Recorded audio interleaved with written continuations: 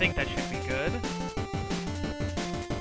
Putting down the music a little bit.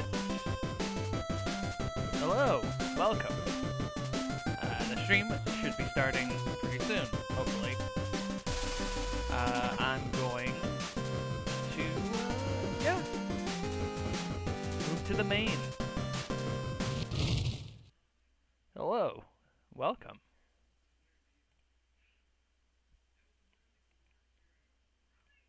Hey everybody.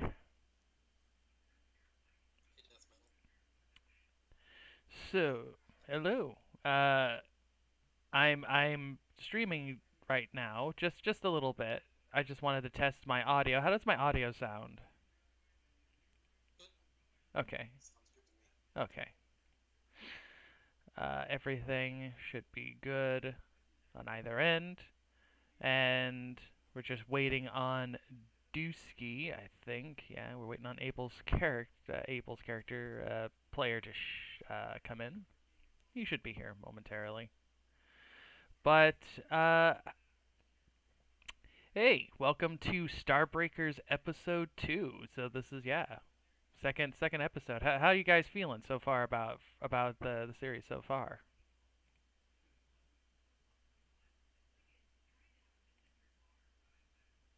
I'm feeling good. That's good. As you should. You're one of the players, so you should feel pretty good and pretty excited to play. I would feel anyway. No, it's all good. Oh no, you were talking, but you thought like, man, why is everybody ignoring me? Is it did they not like me? Does my breath smell? It's like you're just having like all these like anxiety attacks, and you're like, oh, I just forgot I had this thing I had to push.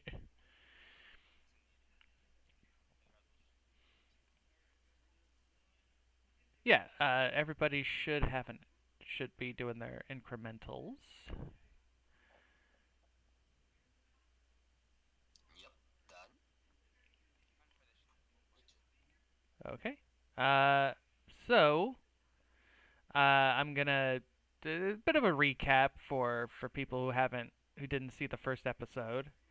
Essentially, the party here has been traveling through the underworld to find this meteorite that fell on a town. And this meteorite is special because it has, or at least it's theorized, that it has magical ability and could solve an issue of living dungeons, which are aberrations that just cause lots of problems for everybody in the Dragon Empire. And they have been traveling for what seems to be weeks now. They last session they climbed up the palace tower, defeating some traps and various monsters, and they got to the top, and they finally found the gem, the Heart of the Sky. But, yep, that right there. Uh, but as soon as they got close to it, they were attacked by the Gem Guardians, which were created by the Living Dungeon, as trying to prevent them from getting this gem, and they promptly whooped them. And so at this moment in time, everybody is kind of resting. They find that this is like the perfect time to kind of like rest and relax. And with that in mind, let's. Uh, I'm gonna ask you guys a little bit of questions. This is fun times. Zure, please, who are you? Who are you playing? And last session, I asked if Kyra had like a nightmare based around something that happened here in this adventure. Now I wanted the opposite. What good dream does Kyra have about something that he encountered uh, in this adventure. Okay. Hi, I'm Zuri. I am playing DeathMetalBard. He's a Knight of the Crusader, killer of demons, and all-around party tank.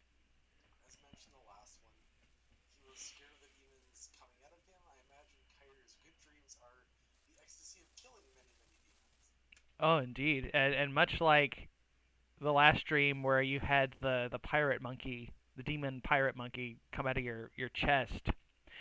This one, it has you uh, properly slaying him for good, and he is you basically just burn him to cinders. There's like nothing left of him.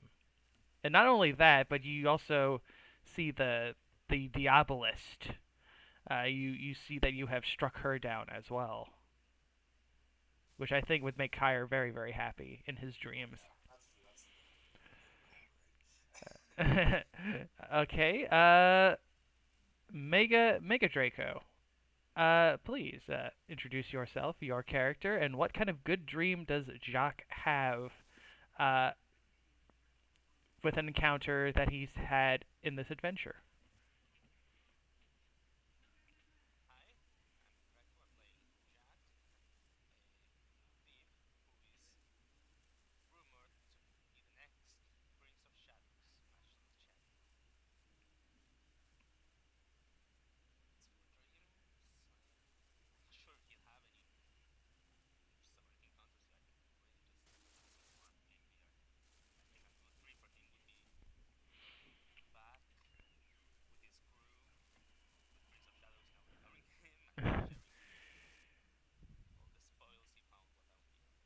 Yeah, it's like as you're kind of dreaming, you find yourself in like your crew's like a tavern that they frequent, and they're like, tell us again, Jacques. Tell us about those weird shark bat things. Come on, like they're trying to get you to and like exaggerate like what you encountered. And it's like it's full of like ruckus and like laughter. It feels good. Yeah, you show off the pen that you stole. Uh, Nanoka, please introduce yourself, your character, and what kind of good dream does Tori have? Hello, I'm Naga. I'm playing Tori, a sorcerer with a focus on lightning magic. She's sort of like a fairy creature, and the good dream is that is being in a forest surrounded by all the elves, peaceful forest, with absolutely no fighting. Yeah, it's like not just that, not just you there with fairies, but like the kindly old woman who found you. I think her name was Marybelle, I believe. Yes, that's exactly correct. She, as you're kind of like playing around, like you're chasing butterflies. There's deer. It's very tranquil, very beautiful, and like in the dream, like you almost smell it too. Is she making your favorite batch of cookies?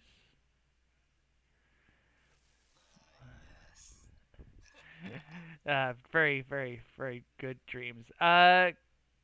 Zen Dragoon, introduce yourself, your character, and what kind of good dream does Korgulk have? Hi, I'm Zen Dragoon. I'm playing Korgulk, the half-orc commander. Uh, Probably right now, the good dream he would be having would be emerging from the dungeon with everybody, looking around, and crumbling star masks all around. And not just crumbling star masks, but it's like uh, tr- just triumphant. It's like everyone. It's almost like the scene from Star Wars, A New Hope. It's everybody's kind of standing, and you all are getting like medals to like for your service. It's like that kind of triumph.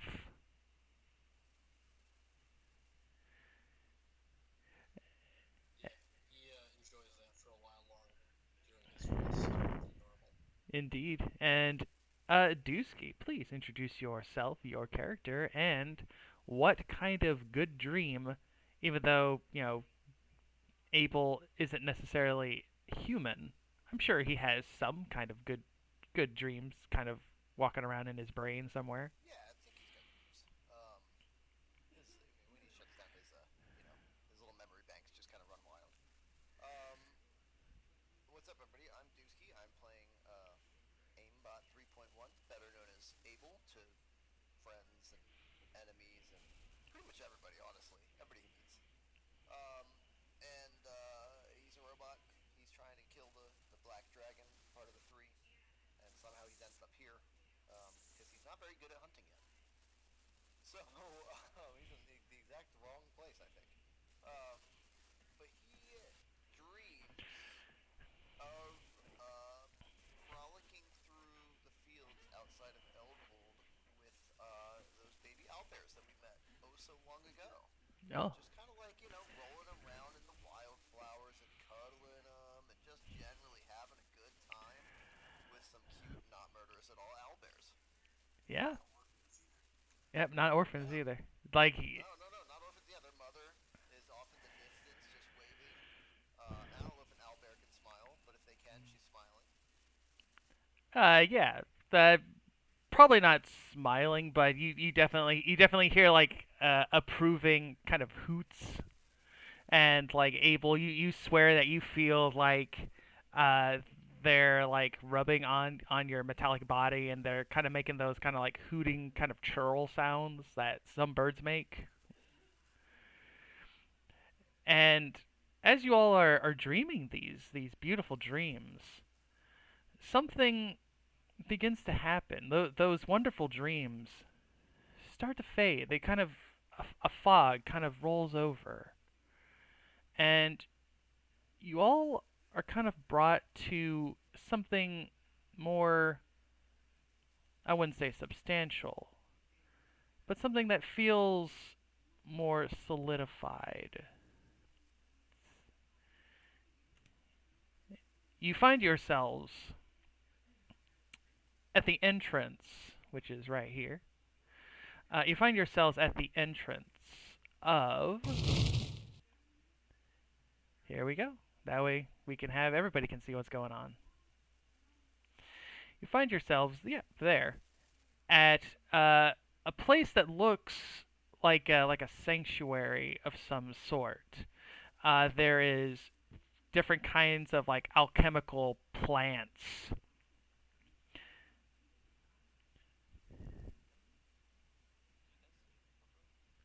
Oh, I can hear you. Now, yeah. A little bit fuzzy, but yeah. It's still pretty quiet for me. Let me. I Hey, I put your volume up a little bit.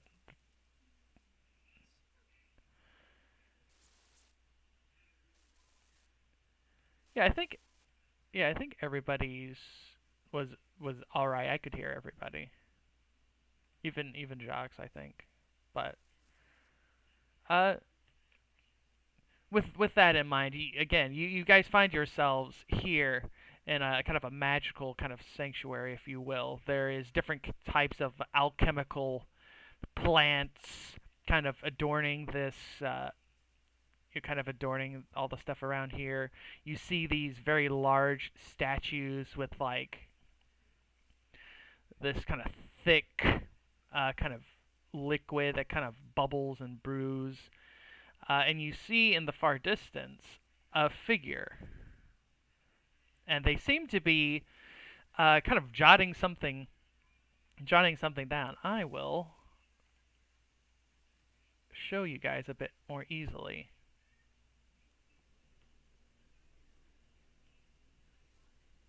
You see, it's a figure wearing like a kind of a tattered cloak and clothing, and they're wearing some kind of mask upon their face.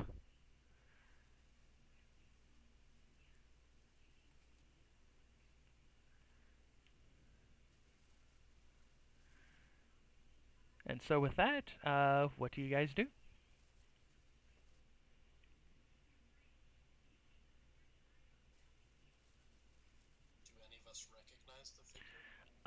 Tori would probably know, as Tori has a relationship with the Archmage.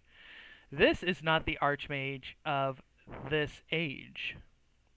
Tori, due to your studies with, of course, the Archmage of this age and his various students and professors and such, who is this Archmage?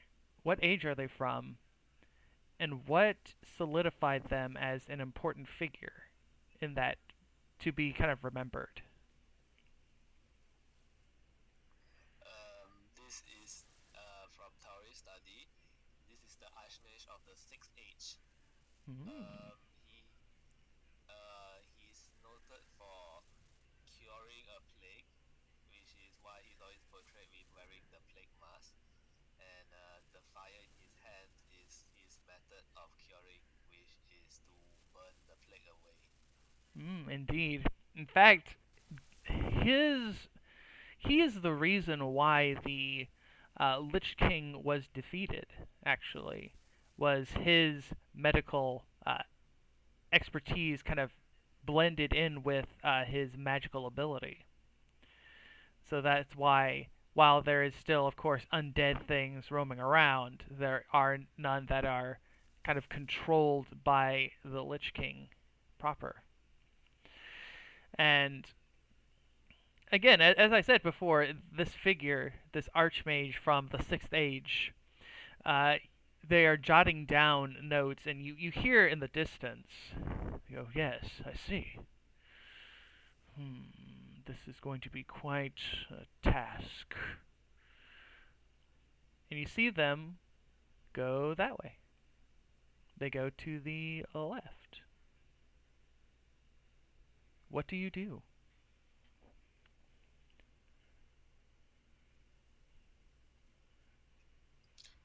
Guys, there's an ancient archmage, not the one I know, a one from a future time. No, a past time. I think we should follow him.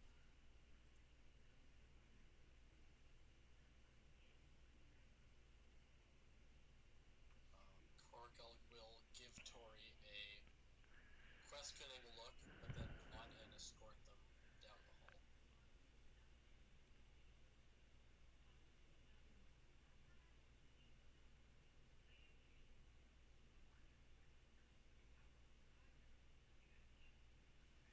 Alright, is it better?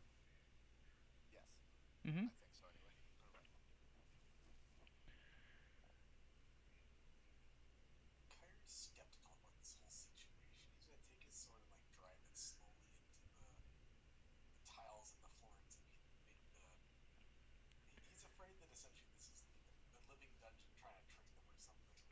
So, so Like all the times that the living dungeon has been so straightforward so far. it's been very straightforward. It wants to kill you. It knows exactly what it wants to do with you.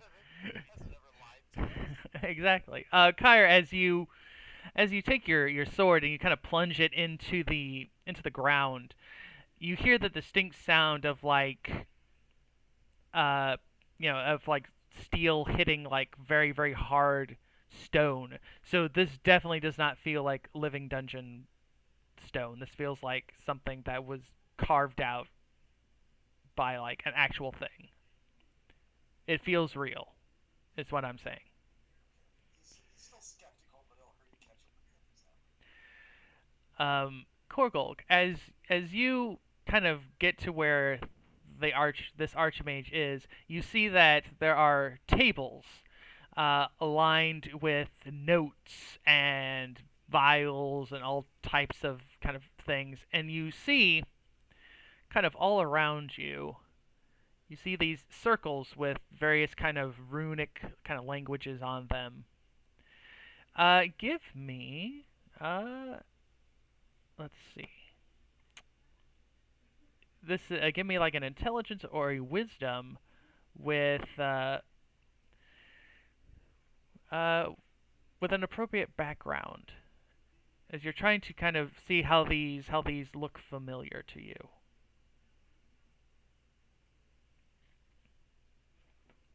That is a natural 20 for 27. Very, very nice. Uh, as you see it almost instantly, you know that these portals, with the runic language, they're scrying screens, and those locations are where ley lines are. Essentially, powerful, like kind of arcane points in the Dragon Empire. Though some of them, they look vibrant and strong and powerful. So this is definitely, they're definitely important places. And you see the Archmage again kind of jotting down information. He kind of goes up to this one and he goes, "Yes, several there." And he goes to this one. "Oh, that is a large one there. No, no, no, no, no." And he goes to like a forest and he goes, "No, no, that's even worse. That's even worse." And he, kind of moves past you, and he actually moves through you as he goes to like another place, and he goes, "Not as bad as this one. No, no, no." And then to another. And he jots down notes. "This place is practically untouched." And then he goes to like one that looks like a bit like a fiery volcano, and he goes, "Oh no, if those things, no, no, no, no, no. This could be far worse than the abyss. No, no, no, no, no, no." And he kind of returns back to where he is there, and he's just standing there, kind of reading his notes. Korgok will clear his throat. See if that elicits anything. As you clear your throat, uh, the figure uh, does not respond to your your sound. It's almost as if you're watching a reflection of a past event. And the Archmage kind of looks at their material and goes, "Indeed, I know what must be done. Ah, may the gods forgive me for what I must do." And he kind of quickly, hurriedly goes up these stairs and goes to the center, all the way up there, to the center here of a magical circle.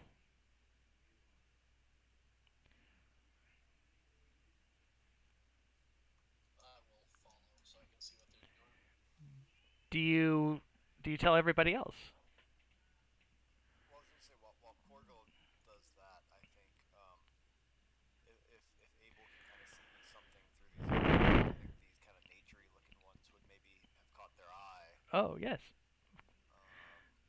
Um, Um, Abel, I tell Tori to follow me. Abel, as you're looking at that particular one, you know that that is the dire wood, which is the main wood of the Hydroid, and it is uh, lush. It is a lush, deep forest, which is much different than how it appears currently in this age. It's still lush, but it's not as thick as it had once been.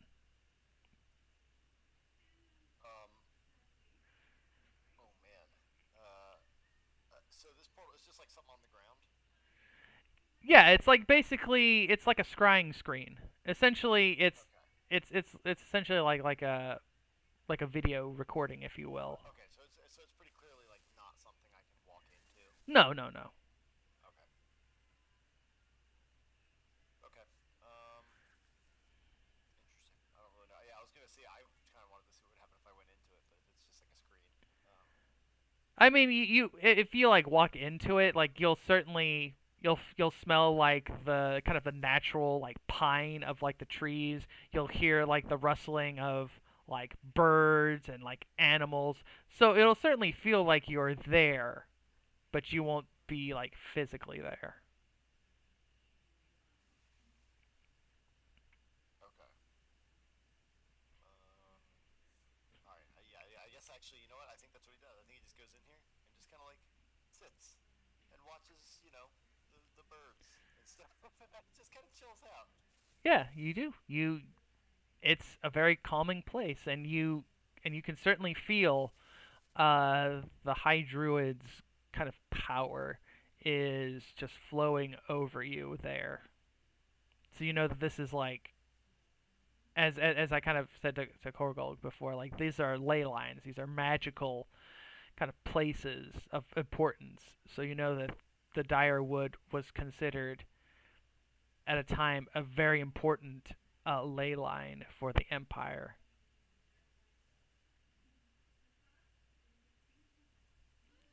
What about everybody else?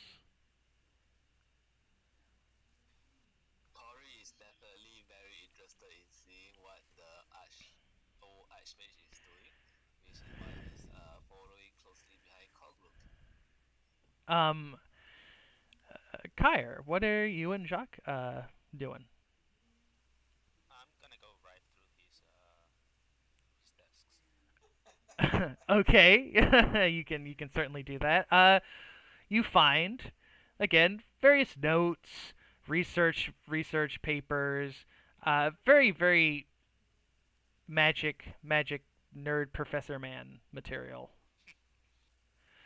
Uh, but give me a wisdom plus an appropriate background to see if to see if Me too. What? to see if something particular catches your eye. There's a note that says, I prepared rude spoken. As you're kind of going through all these notes, you find a diagram. More importantly, you find a diagram of something that you know is very familiar. It's a star mask, Huh. and it's kind of it's drawn very well. It looks like a biology thing of it. You kind of see like, oh, this is where like the mouth is. Like you see kind of like a artistic kind of drawn, kind of like side cut of them, Right. and you see like a little bits of notes about them, and you know trying to figure out uh what they are basically. Yeah. It's weird. So then this fucking wrong the line, right?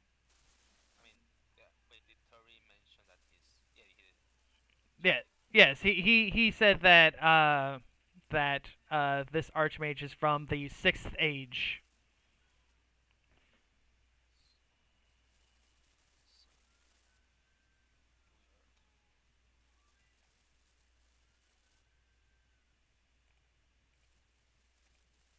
Years revelation. Indeed.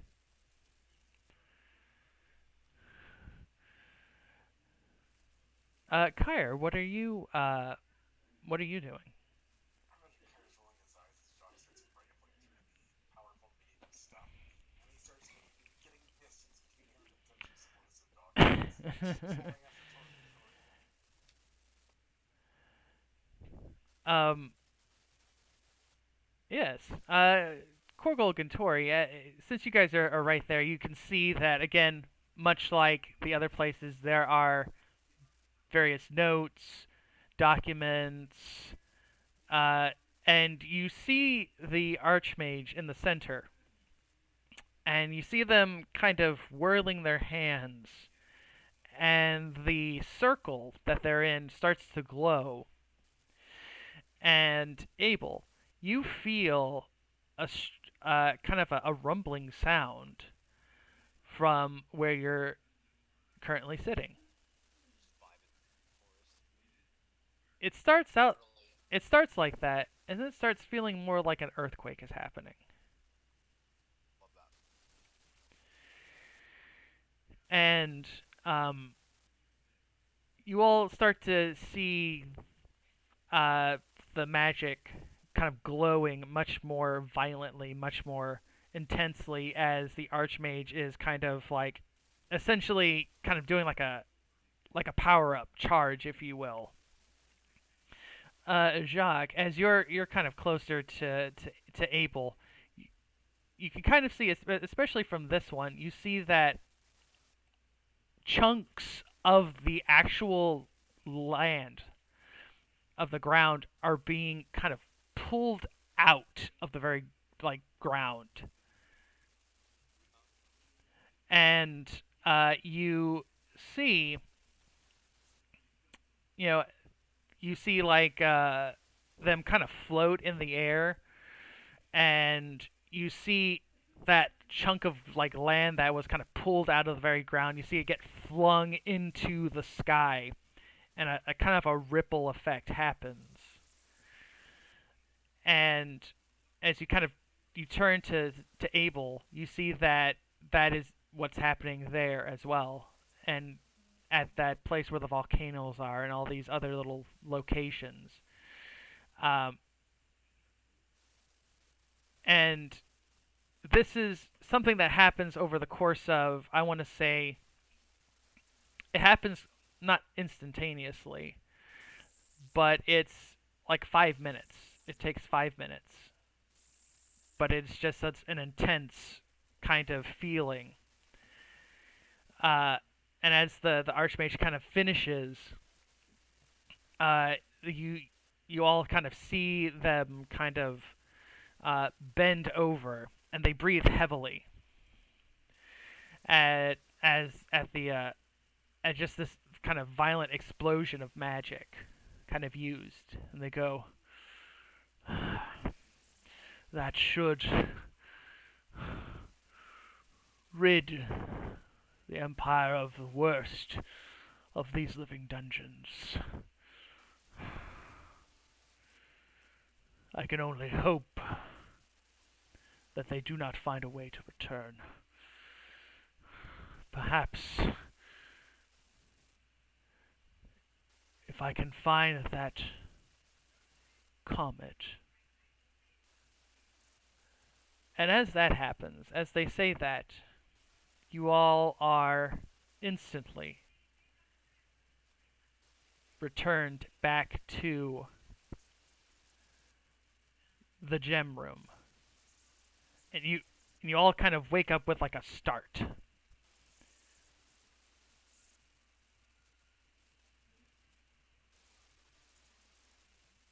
So Corgil will turn to Tori and say, "Is this dungeon the meteor?"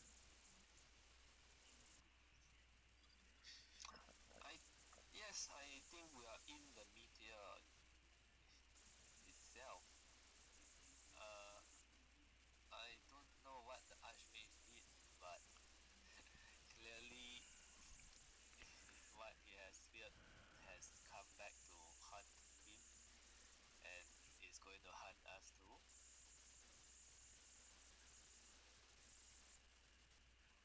Alright, I get up and I roll up my bedroll, and then I pull out my sword and shield immediately, because I'm expecting some bullshit. um, I'm just gonna get some music for you guys. That means you guessed correctly. As with that in mind, who is going to take possession of the heart of the sky?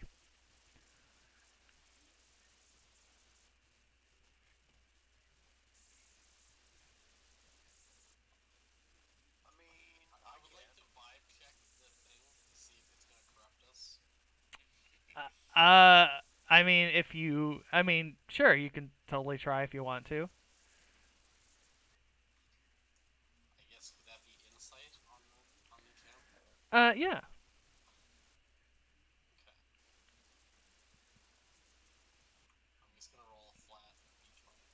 I don't know. Could be safe. Let's see here. A 13. You, you're not quite sure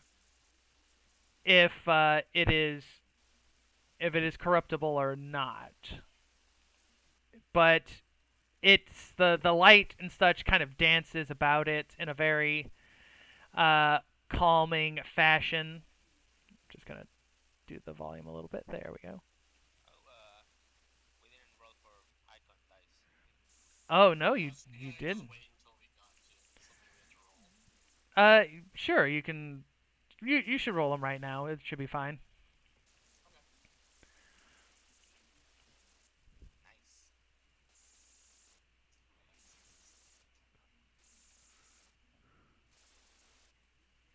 Replace that 5 with another 5. Oh yeah. And the Prince of Shadows is he's gonna be doing some fun stuff today, it seems. Uh, again, you're not quite sure, Korgulk, but you think that it should be safe.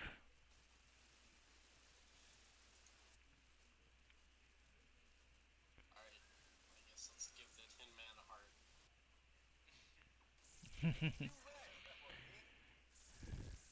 yeah, I think he does. He's probably got like a hatch to put it in, too.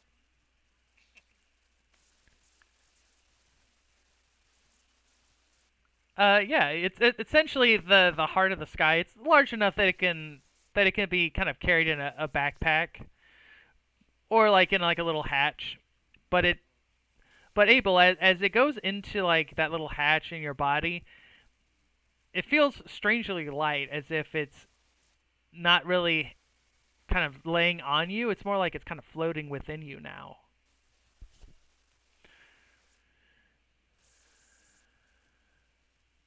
And Abel, as soon as it's kind of as soon as it's kind of in you, you hear uh kind of whisperings almost in the back of your mind,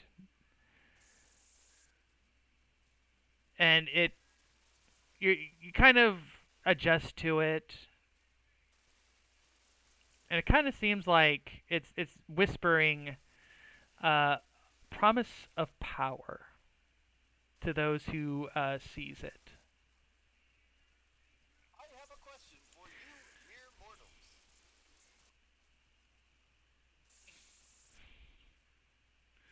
That's a statement. Has has your heart ever whispered in your brain? Yes. Okay. What is Asking that? for a friend. No, I think normal hearts don't whisper into your brain. For you, mere mortals, this is not a normal heart.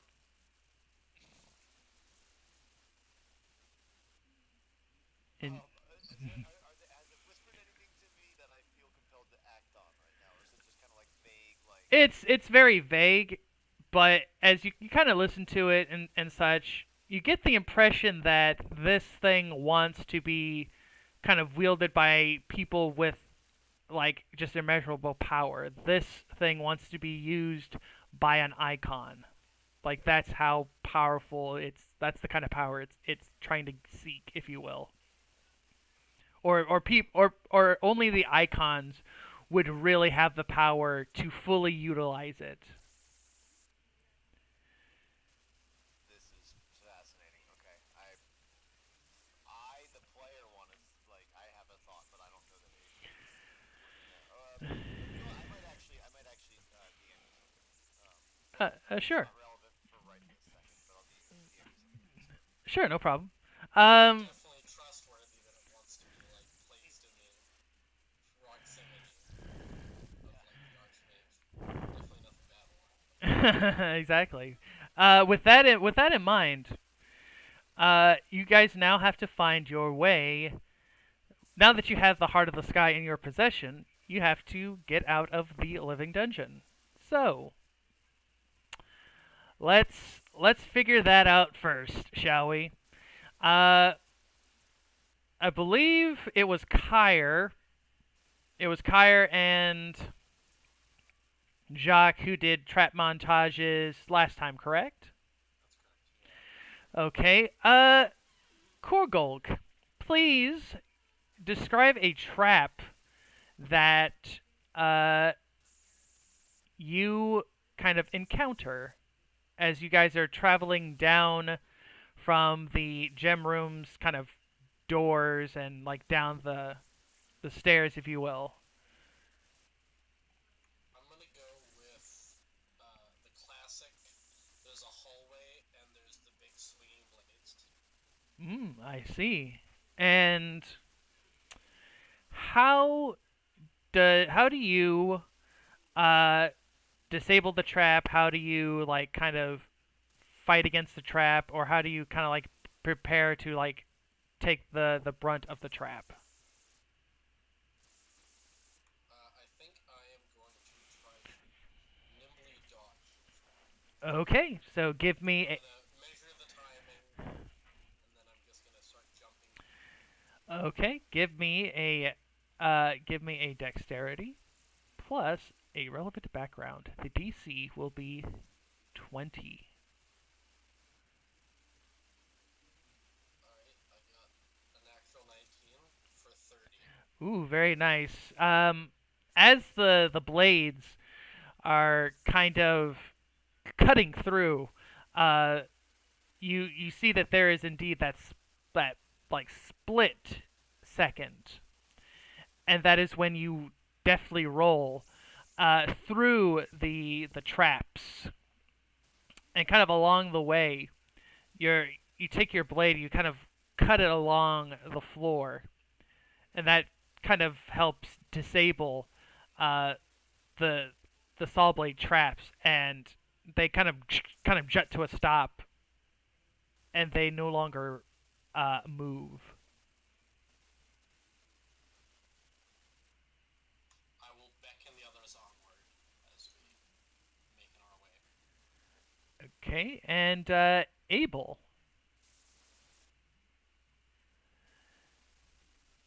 Uh, No, go ahead, because I don't know. Are we still just in a long hallway, or? no, uh, you've gone past a hallway, and you see uh, you get like a particular kind of sensation from uh from like a hole in the in like a hole in like the floor. Uh, I would say give me a wisdom or an intelligence roll to kind of get an idea of what is under the hole. Dungeon gophers.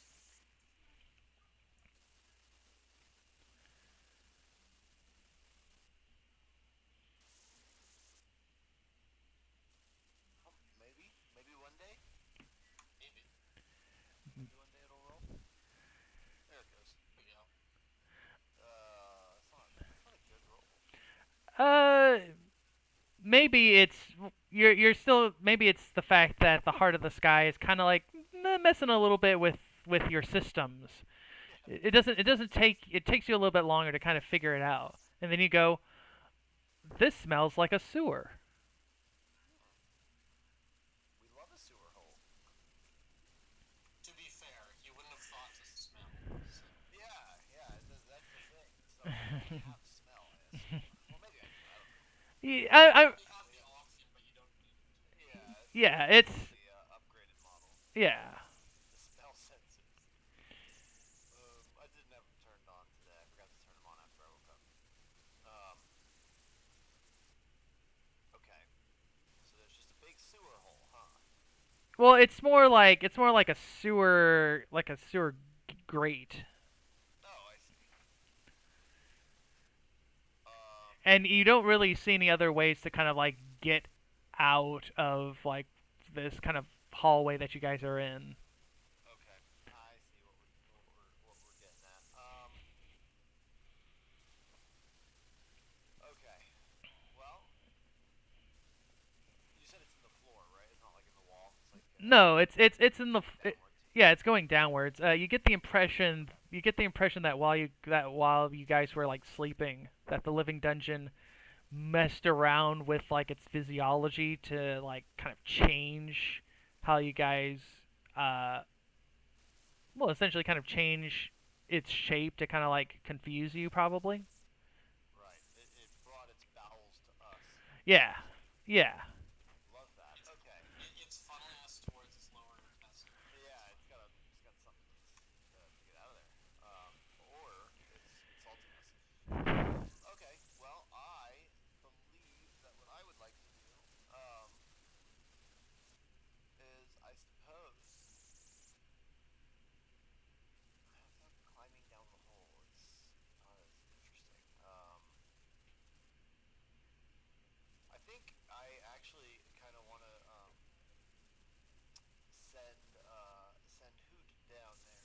Mm-hmm. to scout ahead and see if there's I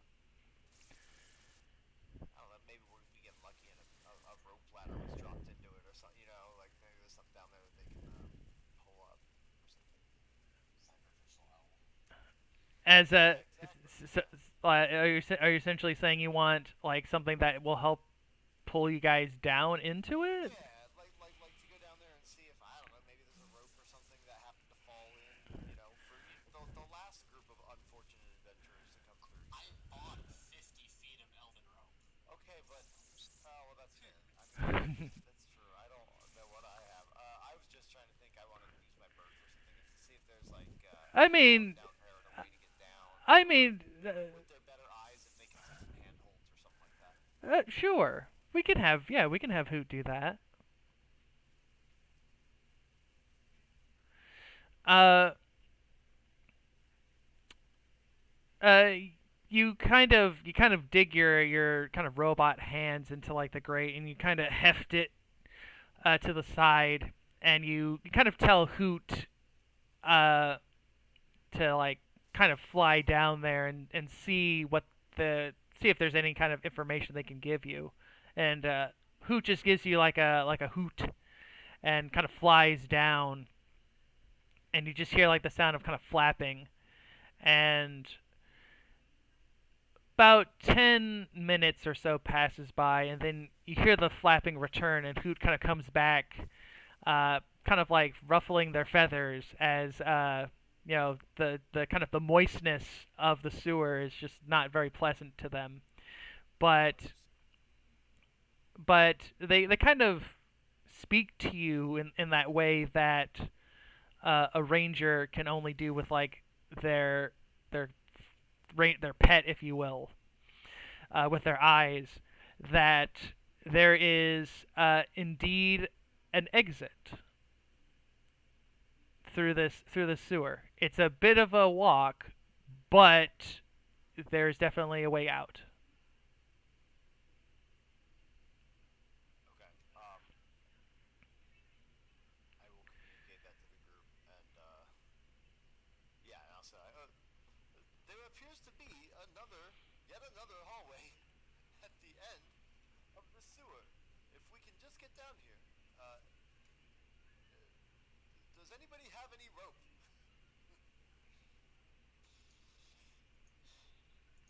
Korgog will pull out his 50 feet of elven rope and hand one end to Abel. And then I'll go look for something in the room to tie it to.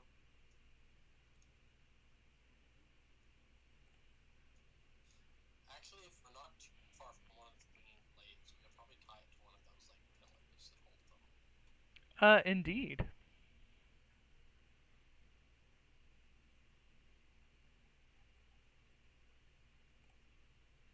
And possibly, I don't know.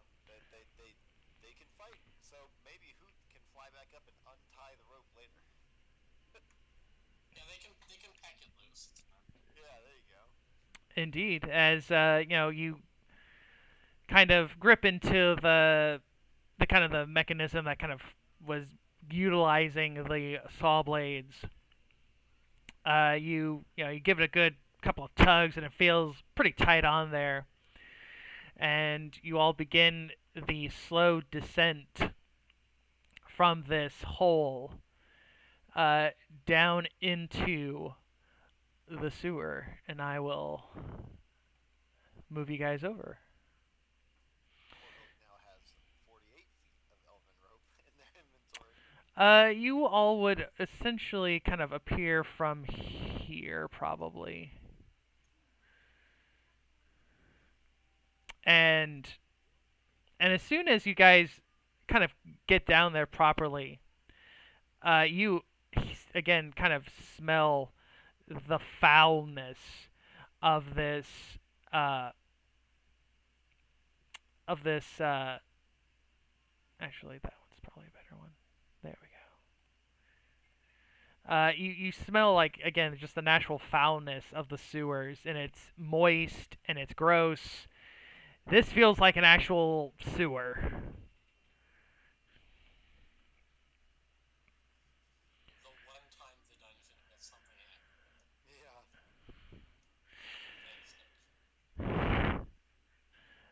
uh, Abel, as you kind of get down there, Hoot gets off your shoulder and begins to kind of slowly show you guys how to get to the hole or the way out.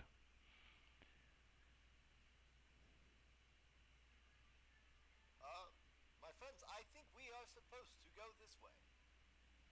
And Abel will start to follow wherever that might be. Yeah, Hoot just kind of flies around a little bit and kind of flies off a little bit just to like kind of show you guys where to go.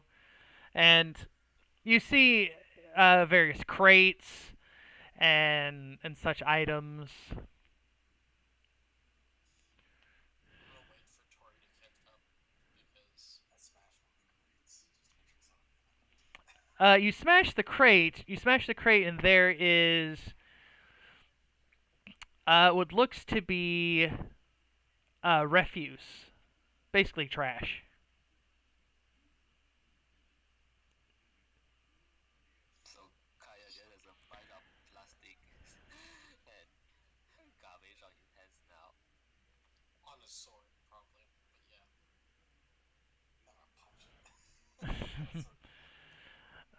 Again, Hoot just kind of starts flying over.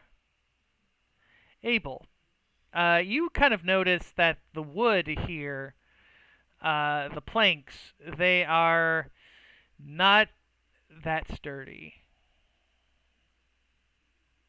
Of course. Trying to see if I have some. I don't know how much. I don't really think I have much in my inventory. I was gonna see if I can put something down. But I think what I'll do, I kind of call that out, and I'll warn people about it and say, watch your step here.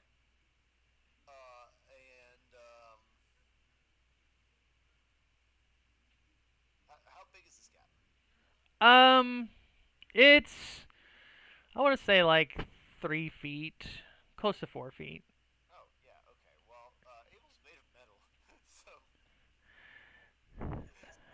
yeah, Abel makes a bridge with his body, and lays down across it, and just kind of grabs both edges and goes, here, friends, use me to get across, and just fills the gap. Okay, and as you kind of get in there, Abel, uh, you kind of think to yourself, thank goodness I don't have a nose Yep. because for everybody else, the water is like a very disgusting kind of like brownish green. It's very brackish water, and the smell is atrocious. Like you feel yourselves kind of like several times, kind of like have to hold your noses to try and make sure you don't like throw up. That's how nasty it smells. But with Abel's help, you guys do make it across. It's only like 4 feet. Well, I mean, if it's gonna be a bridge, I'm gonna let it be a bridge. Yeah, I mean, 4 feet's still. I try not to step on his face. I feel like I would mess up jumping across 4 feet, but I'm not very athletic, so that could be part of the problem.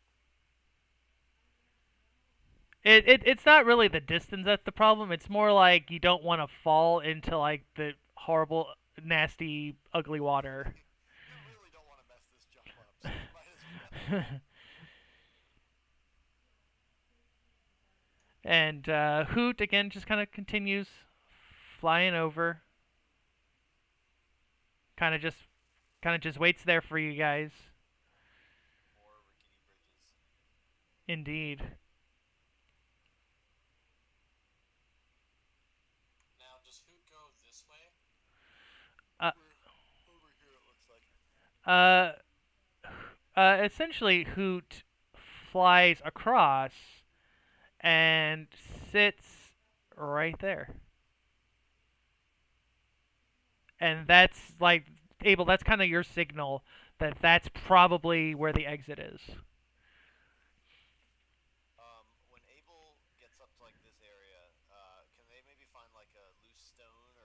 or something? Sure. Okay. Abel takes the like whatever they find, the loose stone, and tosses it into the big water over here to make sure nothing's Oh gonna no. eat them. Okay. Oh, maybe that was a bad idea. Yeah, we'll just uh, so sorry. so as you pick up a stone and you kind of throw it in, uh, it just makes a big kind of bloop, bloop sound as it kind of sinks. This area seems like much more heavier feet. It's like maybe 5 feet deep, That's real deep. and So and from that, well, you nothing kind of happens for a little while. Then Abel, you see some bubbles start to slowly kind of form, kind of around where the stone was thrown. And I think my stone is breathing. How curious is this dungeon? and as that happens, this thing pops out of the water, Love that. and I'll show it for you guys. Yeah. It looks like a skeleton, but it is covered head to toe in ooze. I like how it's nosy, but it Honestly, nosy isn't too hard actually.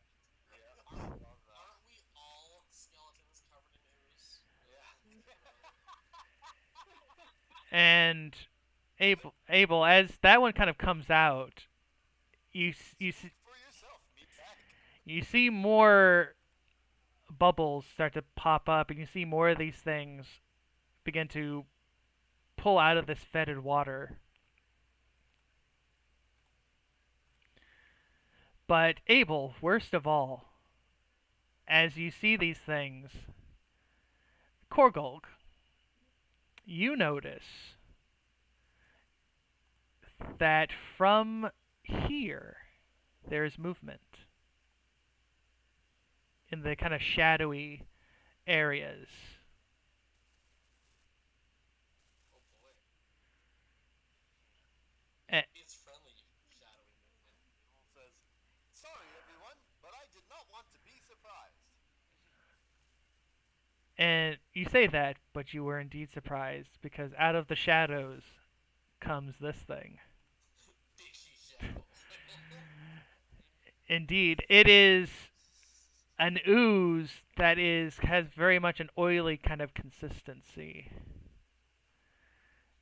And again, from the shadowy places, more appear.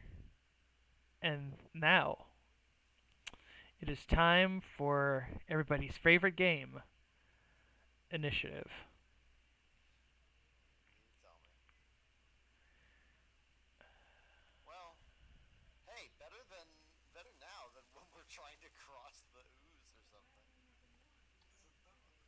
Is it though? Well, better for me. I can shoot them. Dice roll. I have no problems. Although, well, actually, I do have a big problem is that my initiative doesn't seem to want to roll. But other than that, Seems to be Need to the wait way until the combat was started. is that what it is? Oh, mine finally went. I'm trying to see if I should. I'll wait and see if maybe I should. Like maybe my thing will roll on its own. Maybe. You probably have to add yourself to initiative first. No, I'll just click it again. There it goes. Oh, I refreshed the page. Hold on. Give me a second. No worries.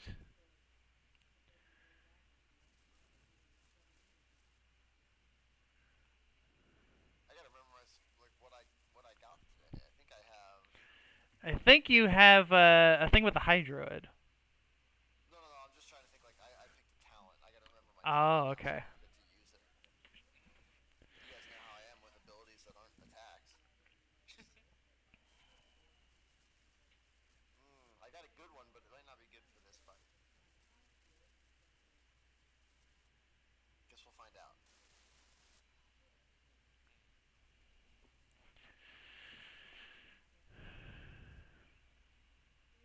It's not low.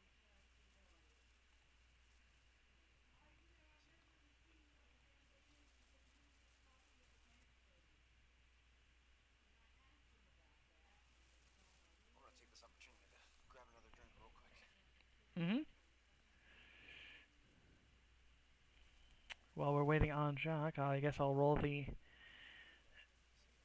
No, no worries. Oh, there we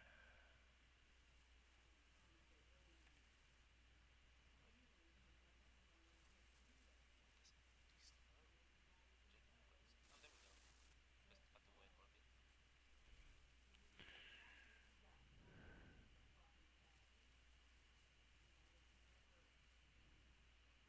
Just have to wait for a bit. Okay. Ooh, and Jacques is is gonna get to go first. Okay. With that, let us. Yes, my character sheet loads. Yeah. Yep. With that,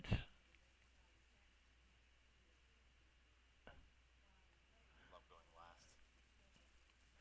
well, technically you're not going last. The Shadow Oils are going last. Yeah. I like knowing what the rest of the party's gonna do first, I guess what I should say. Jacques. My character sheet is loading. Oh goodness. Not sure what's going on with my Wi-Fi tonight. I know why my, or 5 minutes. Hmm. Give me just a sec. Yeah, no worries.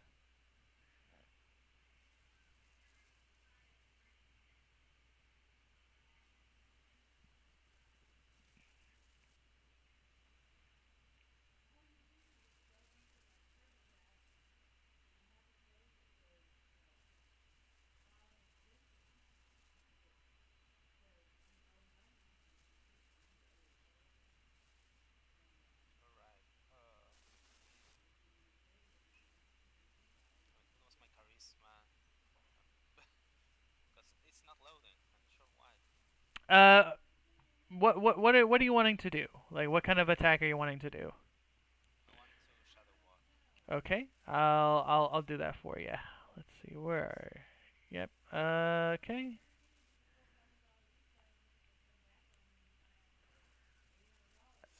11. Let me. Let's see. I need to check the.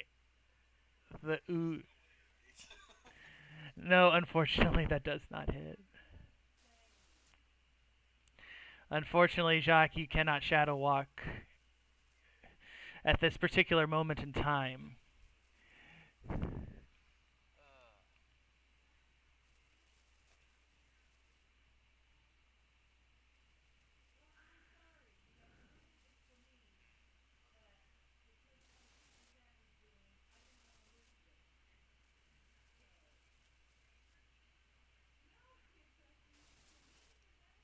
My character sheet doesn't want to load. Not sure why.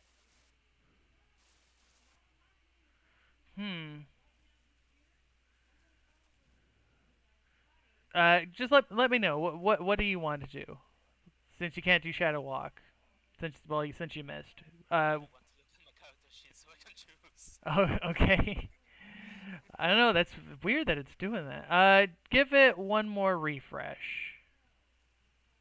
Yeah. Stream 2 Return of the Scuff. Yeah. I mean, that is the nature of online gaming.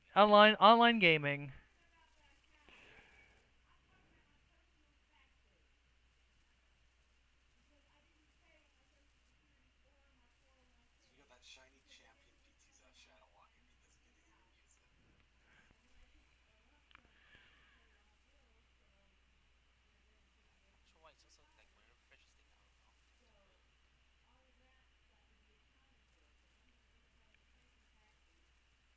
Hmm. You think it's your Wi-Fi that's acting up? Maybe it's. Router? Yeah, it might be. Yeah, it might. There we go. That's my character sheet. Okay. Okay, good.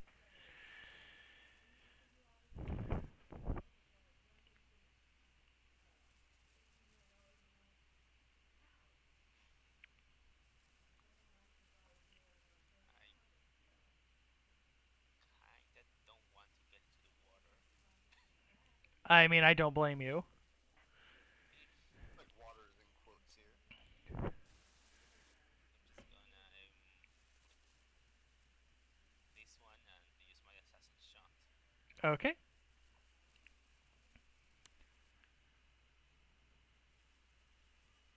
That 18 will hit, I'm pretty sure. Yeah, that's pretty good. 27, that does hit. Tap And sneak attack, indeed. With 18 damage. Very, very nice. Ooh. So 26 damage. 26 damage. Okay. Uh, I need to do some calculations. Said 26. Safe to say, not mooks. The ooze infested corpses are indeed mooks. Oh boy. Okay, so.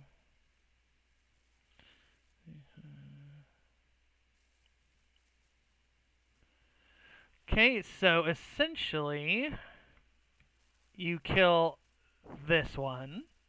This one is dead. You kill this one. You kill a third. One's got 1 hit point left. Yeah, and one has 1 hit point left. This one. Very, very, very, very nice. Anything else? No, I think I'm good now. Okay, with that, the battle shifts to the ooze-infested corpses, and they are going to begin moving themselves to assault the group. The wiry one is going to get to here, and that'll be its turn. Poetic is going to attack Abel with its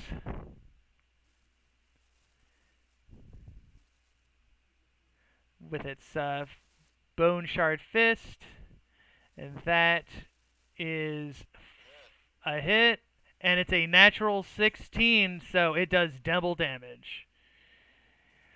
With that, the Lucky is going to attack Korgulg with the same attack. It's not that lucky. Sadly, not that lucky. Okay. Let's see. Is there anything else that they can do?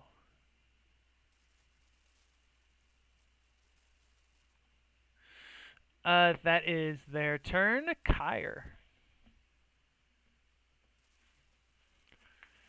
This is pretty cramped quarters, but I should have a. I'll move myself for a second so you can see the path. I don't need to see the path. I'm just gonna do a ranged attack. I'm gonna. Wiry should be within my line of sight without any obstruction, so I'm gonna take a shot at him with. What is that called? Hungering Shatters. Okay. This will be versus PD. 11. So 19. That does hit. 33 negative. Makes a difference on the typing. Yeah, that. My goodness. Should have had more of them. He's dead. I think that pretty much kills all of them. I'm pretty sure. I'd say if the one had 1 hit point, it should definitely wipe them out. Yeah, that does indeed wipe them all out. Yep. And with One turn. they didn't they yeah they did 10 damage. One of them tried. The poetic tried. Poetic justice, as they say. Yeah, they are dead. Yeah, the shadows stirred it, rip them apart from below, and Kyra's gonna pull out his flamberge and just hold steady for the moment, passing my turn here. Okay. Then it should go to Korgulg. I'm gonna move so I'm not in everybody's way. Okay. Can I move to here? Sure. Give me Rickety branches. just give me a dex check.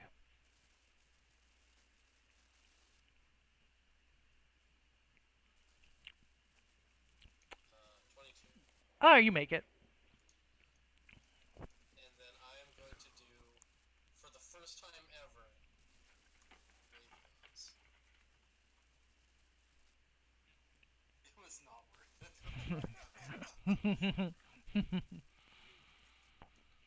You begin contemplating. Okay, that's my turn. All right, Tori.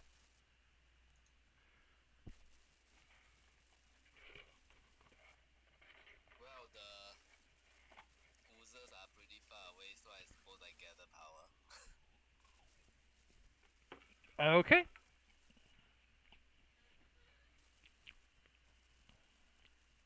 Uh, That's it. yep, that's it. And with that, Abel. It's a me. All right. Hold on 1 second. Okay, so all these boys are dead, Mm-hmm. and nobody has tried to attack the ooze yet, right? No. Everybody pretty much attacked the corpses. Well, all right. I don't know how this is gonna work. We're gonna find out. I don't know a good way to code this in, by the way, so I'm just gonna tell you I have a new ability called Deadly Aim, Okay. and I get to use it whenever I want, as far as I can tell. All right. While I'm not engaged, I spend a quick action to aim at a nearby enemy, and if I attack them with my bow, it targets PD instead of AC. Okie dokie. So, I'm hoping that's the Oh, right and you choice can on do it. it twice too. I Because sure you have can two because quick if actions I if you yep. don't move. Well, it's not just that. It's I don't think I need to because it's if you attack them with a ranged weapon, target PD. I'm gonna target them with a ranged weapon twice this turn. Oh. I don't even think I need I to. guess if you were targeting two different enemies, then you would need to. Yeah, I would think so. Yeah, yeah. At least that's my reading of it. Is if you attack this enemy with a ranged weapon, target their PD. And I think it's not really a choice. Now that I've done it, both attacks would target PD, I assume. yeah, I think that would be fine. Okay, Why did you so expand it to change like once you hit the one that?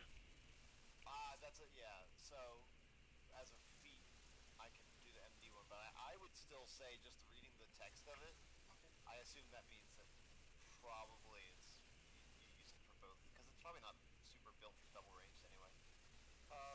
Well, I guess it's a range thing. Anyway, I'm gonna launch both attacks against this guy, Mm-hmm. and so it's still my regular attack, so it's gonna say AC, but Mm-hmm. Yeah. yeah, you use PD. Yeah, the PD. Yeah. It's an odd. 17, 20, Well, yeah, I would hope that would hit anything. 26 to its PD. That certainly does hit. That is 19 damage. Not too bad. And what's it look like afterwards? Barely injured afterwards. Mm-hmm. It was enough, bro. Yeah, I know, but I have a thing, and I want to Am I see confused? once per battle. Is it worth it? What's the ones for battle? That I can use double range on an odd roll. I don't see why not at this point, honestly. Yeah, it's not worth it. Okay, cool. So once for battle, this is the champion feat. Okay. So I'm going to use my double range with my +2, and this is I assume I guess still gonna go against PD, right? Yeah. So it won't have the +2. Well, yeah, it doesn't matter what it's going against, huh? Yeah. You try to aim once again, and you shoot, but perhaps almost anticipating you shooting again, the ooze kind of loops, and it like the arrow hits the barrel, Rad. Let's go to that barrel. Who's boss? and Sorry, can you tell if that shot if it seemed like the arrow did damage, or these things resisting it potentially? uh, you'd see. I think you would see more uh that it evaded it Oh, I think he means for the first one. for the first one. Uh, I think it would have basically. Can you say it again? You said it was resisting. Yeah, like is it resisting the arrow? Like is it like actually damaging it, or is it just kind of like sucking it in Yeah, and hitting it? he's asking if Uh, it's deemed effective like it normally is. uh, it certainly seemed like when it hit, it certainly did kind of shudder a bit, like when something takes damage. That sounds good. And I guess that's gonna be it for old Abel here. I Uh, don't see any reason to move anywhere. with that, it is now the shadow oils, and the shadow oils are going to start moving.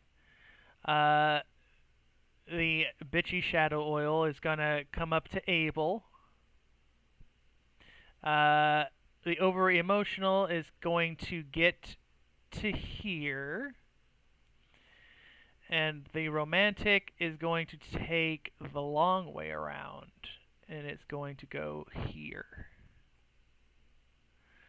Now, Uh-oh. now, bitchy shadow oil is going to you.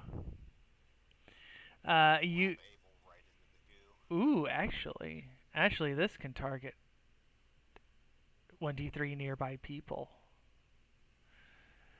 And it's going to use its acidic secretion. So it will. And it's Abel. It's a four. It's a low roll, though. That's a miss. Oh my god. With that, the it'll shit. Stall my cavity. Yep. It's trying to get inside. Yes, it is. The over emotional is going to attempt the same to Abel and Kyre as well with the same attack. It'll try to hit all three of you.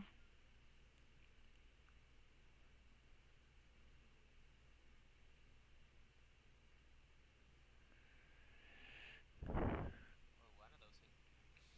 But yeah, it only hit Kyra, it looks like. Yep, that is. Let's see. First natural. Is that a natural? No, it's not. It's a 19. Yep. So you just take that 10 ongoing damage there, Kyre. And romantic is just going to. It's not going to attack. It took its move action to get over there. So that is their turn. Jacques. Help me, John. What? Yes, it is. This one engage with Abel. Yes, it is. Alright. Okay, so I'm gonna come up to it. Gonna shortcut.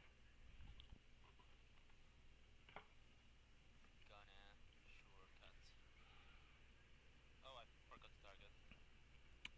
Okay, I'm still targeting the You're skeleton. But still, yeah. 7 AC. Yep, 27 versus that AC. That hits. And that is 28 damage plus 7. So that's 35? 35. Very nice. At, indeed, as Jacques, as you kind of stab into it, it shudders. And it certainly seems like you did quite a bit of damage to it. Yeah. I think I'm gonna pop my Star Mantle now. Okay.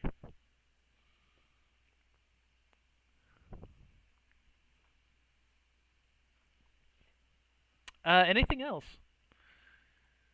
No, that's it. Okay. With that, the corpses are dead. Kyre.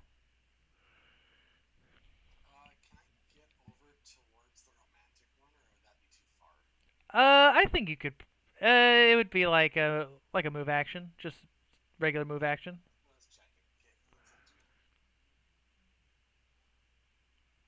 it. So imagine Kairu's kind of covered in ooze and he runs past Tori. Blade already out. Doesn't like being covered in ooze. Feels probably a little bit of hatred towards these things, we'll say. Sure. Casting it as a quick action. And I'm gonna smite this thing with my sword and see if I can do anything. Okay.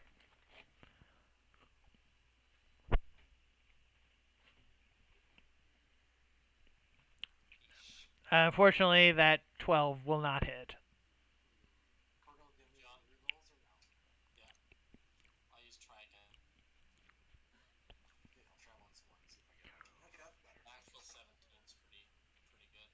That will hit. Okay, 24 physical, and as the blade rips through it, it draws some health into me, but I don't take the damage till the end of my turn, so there's not much I can do about that. Does hate still apply? Was that only? Yeah, because that was a hit, so it does count, yes. Okay. So So, 8 extra, so 35. yep. 32. 27 was the hit. Oh, I see. My bad, yeah. Okay. Okay, I'll take my ongoing, and then I'm going to roll a easy, or sorry, normal save, right? Yes. Okay, still ongoing. And that's my turn. Okay. With that, Korgolg. I am going to try to disengage. Mm-hmm. I don't disengage. I mean, you could have. You just would have taken some damage. That's all. How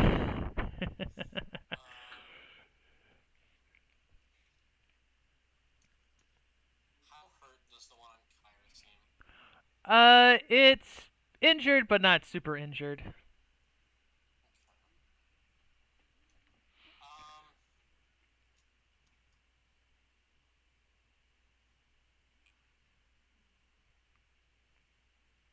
Okay, that's fine. I'm gonna do Trickster's Cut on the over emotional one, Okay. and then I'll decide if I want to use my quick. Okie dokie.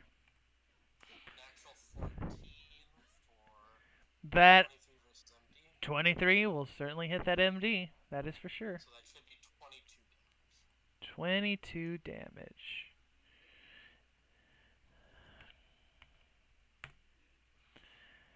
And I will do a basic tactical strike on Kyra. Okay, I will take another swing with the old flamber jet. Mm-hmm. 17, so consistent. Ooh, and 33. 33. That will hit. Oh, and then I have to roll my command points.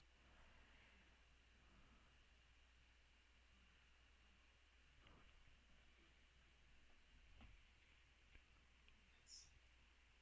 Oh, you got less.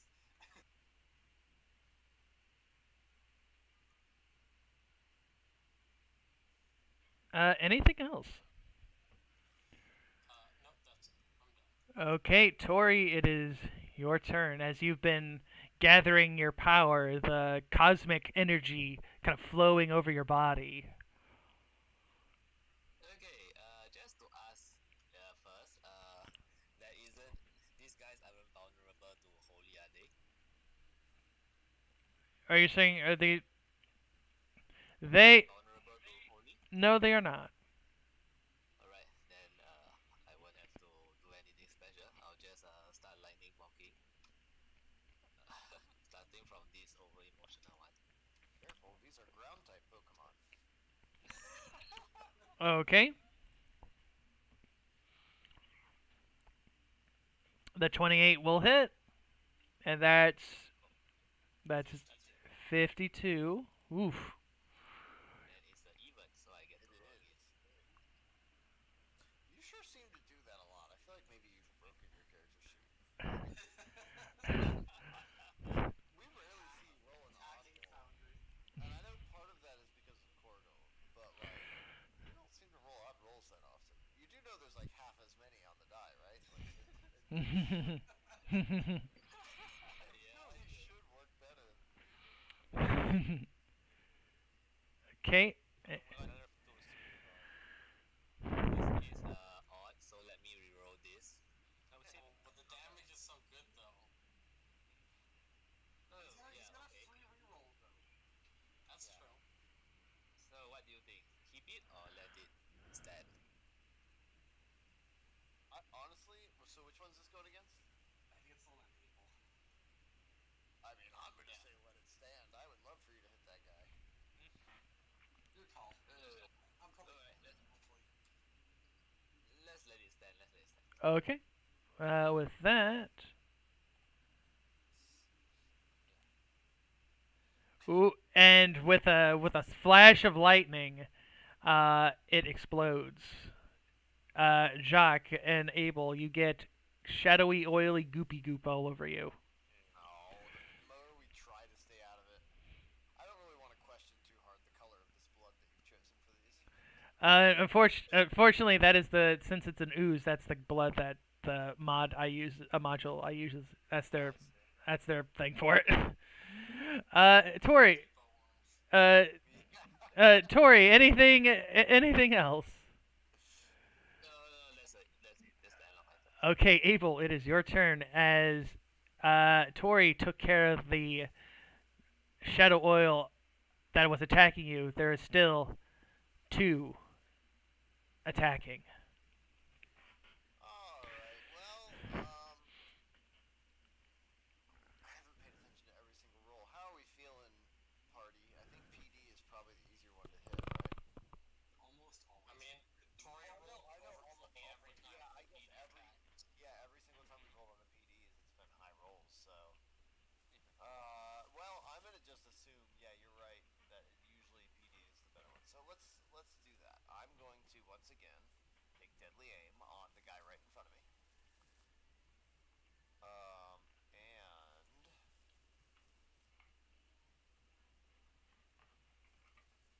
oh, well, actually, hold on. Okay, I'm gonna take deadly aim. It's hard to be mindful. Yeah, I know. I'm trying to decide. This wall is in the way over here, huh? So I can't see the Yeah. DM call on that, I'd say might be Well, let me ask it this way: can I get to a position where I can have line of sight on both of these shadow oils? down around the left there, right? Yeah, like around there, you probably would. Okay, I'm gonna walk myself over there. And I will target. This is okay. All right. Well, this is the one that I used the quick action on. So that's the one that's gonna be against the PD. Okay. Okay, so we're gonna roll my attack. This is going against PD for this guy. Excellent. Woo, girl. Easy, easy. Love it. Look, I've got against anything. Yeah, it's not the best roll on damage, I feel like, but yeah, it's alright. Oh, it survived.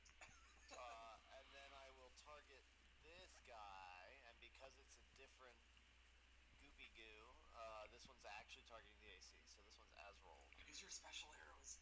Too late. It's an axle one again. Oh my Yeah, god. wouldn't matter.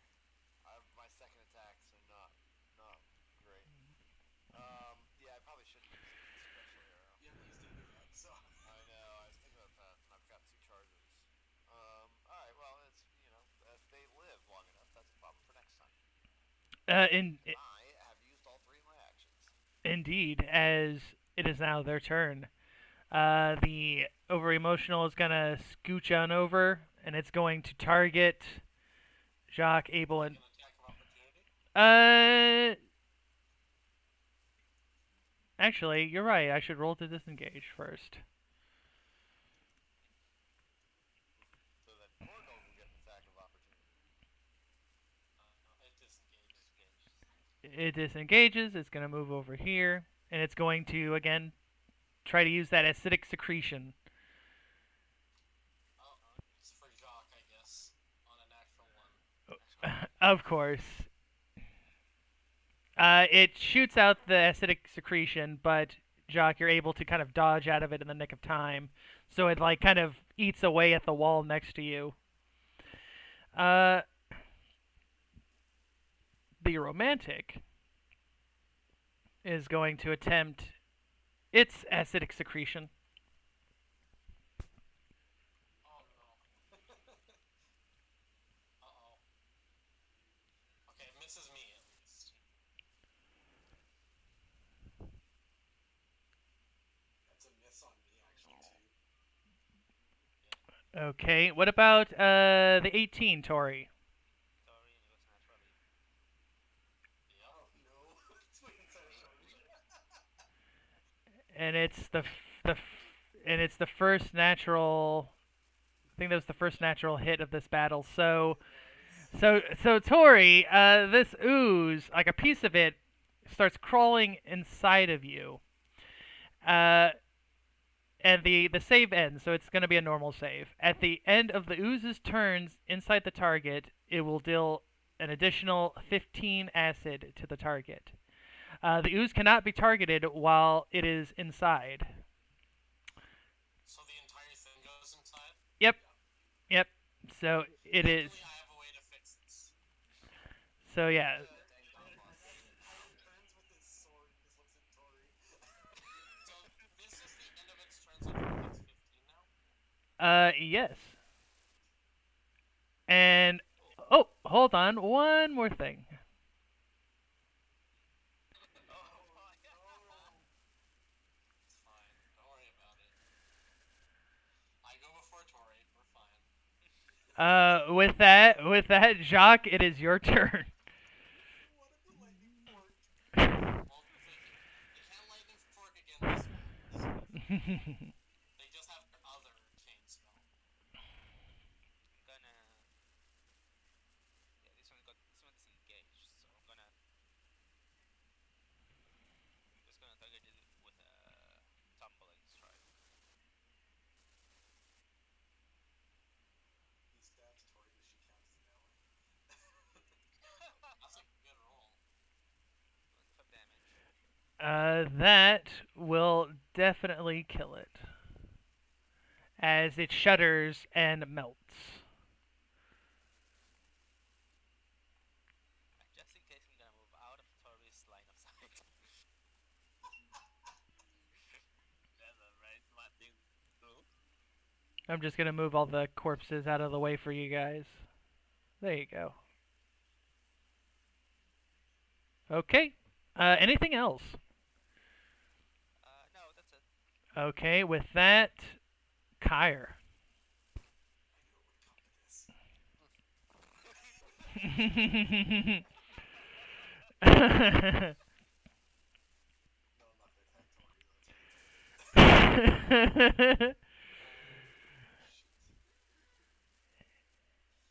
You can hold your action until after me if you want.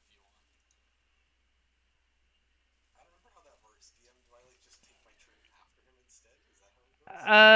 I'll probably just change your initiative. Okay, just go leave it after Cordoba then for the moment. Yeah, I'll just update your thing for it.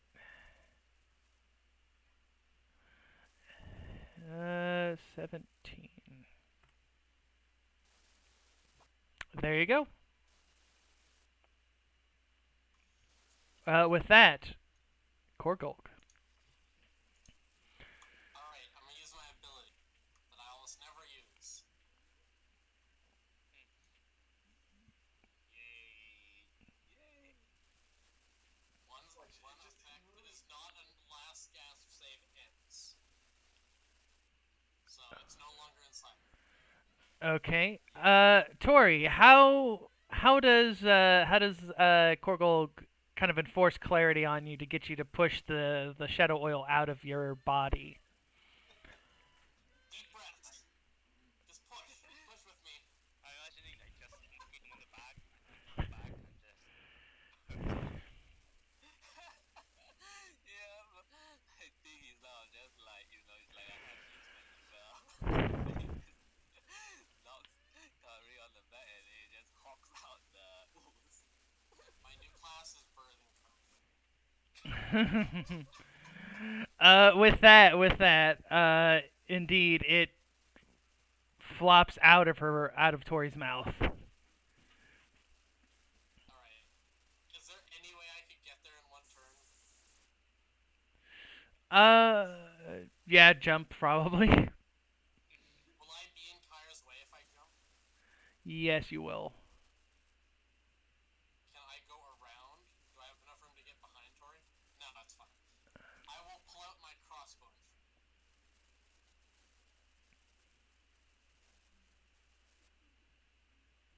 That's not a terrible roll, but it misses. Indeed. Alright, that's the end of my turn. Okay, Kyre, it is now your turn as you see the shadow oil come out of Tori's mouth. Hair stomps in with his sword. Let's see. Move action to getting close. We'll do another quick action, cast hatred.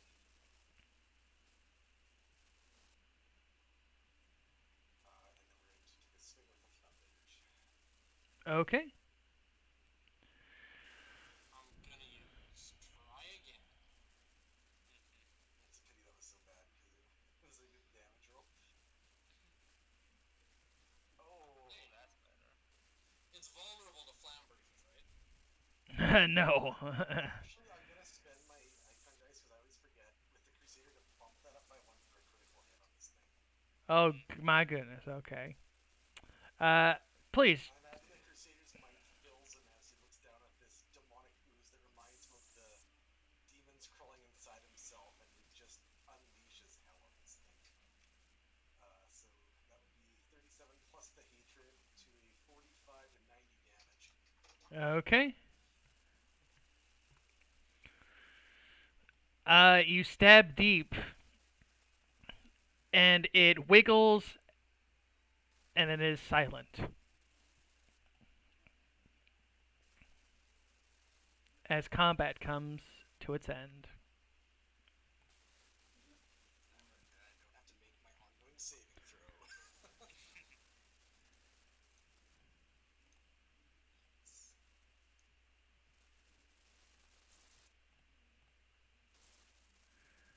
And with that, Abel, you see that Hoot is still kind of waiting over here for you guys. Like, come on, hurry up. Oh yeah. Who could have bit that one guy? Well, maybe not. Maybe not this time. I didn't really get attacked I mean, anyway. who couldn't have? Because who was across the way, obviously.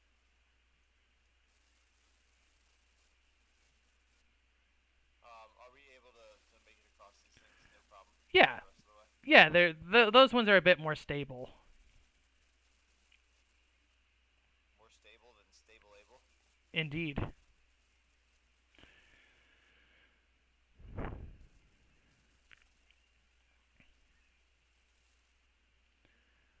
And indeed, much like Hoot then flies up, and you find yourselves able near another sewer grate. Oh, of course. You Yeah, I bend the hell out of this one. Get out as fast as you can. you do so, and you find yourselves in the streets. Or probably the sewer grate was like around here.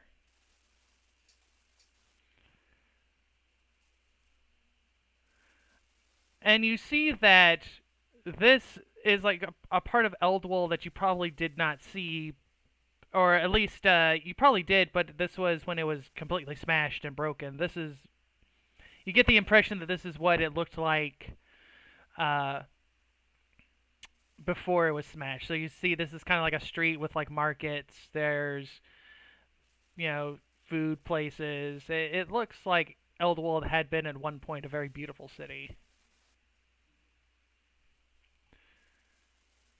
I'm gonna look around to see if I can see the palace from here. You do see the palace. The palace is like it's in that direction. And you kind of look, and you see that the entrance, the way that you guys came in, is down that way. But it's still a bit of a distance away.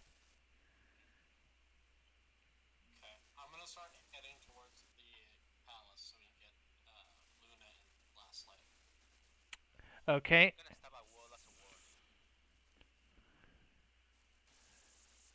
Okay. As you Korgolg, as you kind of do that, you kind of as you kind of do that, you hear a kind of a rustling sound coming from near you.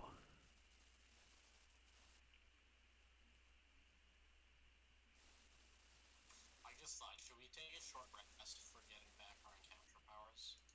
That That is up to you.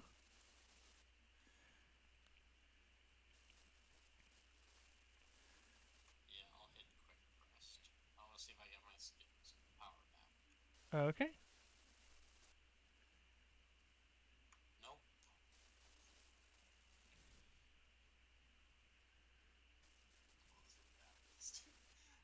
Wow, one and two, but at least you got those out of the way. Indeed.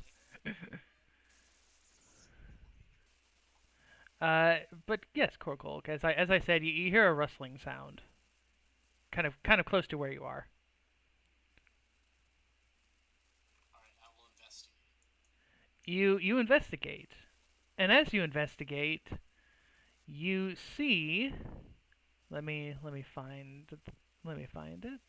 Where did I put it? Oh, there it is. You find Luna and Last Light. Last Light is with her as well.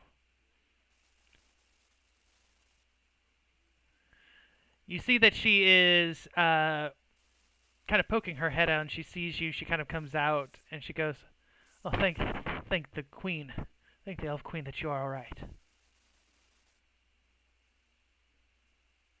I will take her hand and give her back the necklace. Thank her. She will smile, and she'll say, "Of course. I hope that it provided you with some help at least." Yeah, we got what we were here for, so now we just have to get out. She goes, Slide back toward Jacques and see if it's actually her. Yeah, that's what I was thinking. so you guys think that this is a fake Luna, is what you're saying? We're suspicious of it for sure. Okay, that's more than fine. Luna, as you know, as she's speaking with you, Korgol, she goes, uh, "I know you guys told me not to go into the palace, that thing, uh, and but I don't know what you guys did up there, but everything started rumbling, and the bridge, the rubble bridge, it started to collapse, so I had to leave, and I've been over here hoping that you guys we find each other again. I think she kind of goes. I think the living dungeon is very upset with you." That's fair.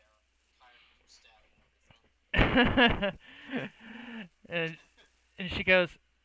Oh, she kind of goes. Are we going to leave now? I think it would be best if we left. I think so. I'm gonna give Last Light a look. Does Last Light have anything to say? Last Light kind of goes. She looks again much like Luna, very worried. She kind of goes, I don't like it here."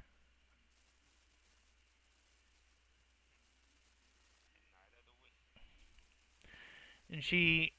And Luna just kind of gives Last Light like a bit of a a pat on the head, if you will, with like her finger, and she kind of goes, let's get going then." And you guys start walking. Kyra will suddenly ask Jacques to stick behind Luna, just in case she needs protection or a dagger between the ribs. uh, Kyra, how do you say that? Do you say that kind of like I was more or less whispering. whispering? Okay. Keep a very close eye on her. Okay. What about Abel? Abel and Tori, what are you two doing?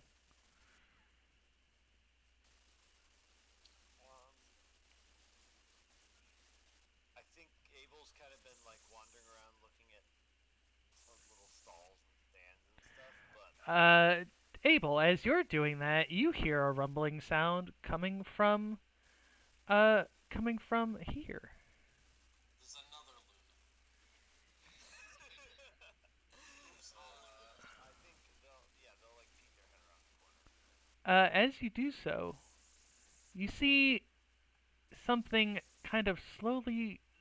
It's so quick you almost don't see it, but you see something slither past these boxes.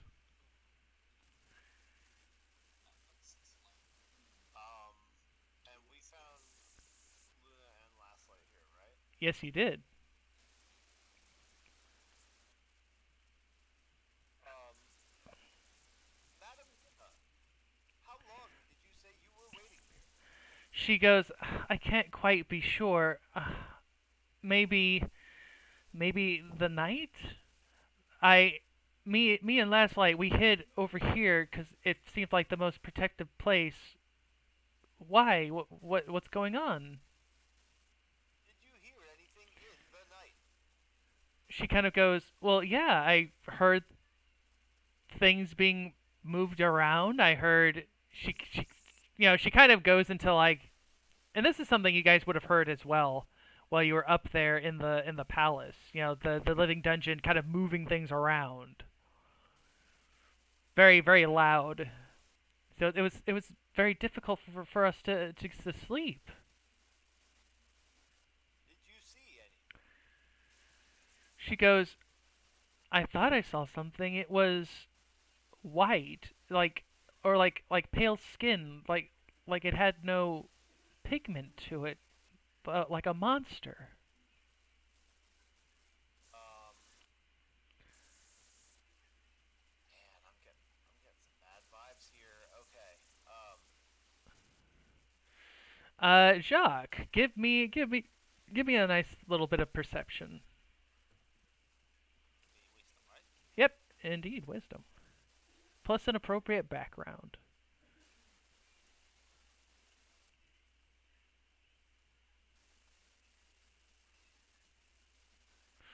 Mm,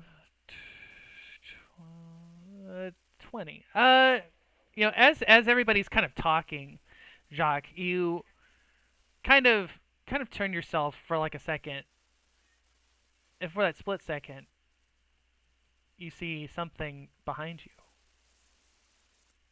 And as it does so, your eyes go wide as it roars. And as it roars, you hear scrambling sounds kind of coming from all over the place. And you know, because Jacques, you've seen these creatures before. Actually, you all have seen those types of creatures before. You know that these things, and Tori, right as Jacques kind of goes, those are the things from the forest. This thing comes out of kind of the shadowy darkness of like the streets, right up on you, Tori, and makes like it makes an ungodly kind of hissing sound as initiative is going to be rolled. It also questions your choice in brand of hooded robe and all of this. Indeed, it questions you. It wants to know that these are the things that have been causing the living dungeon so much problems. Nice. Wants to know what love is. Let's see where. Oh, Jacques is definitely on watch. So was Abel, apparently. Oh my god.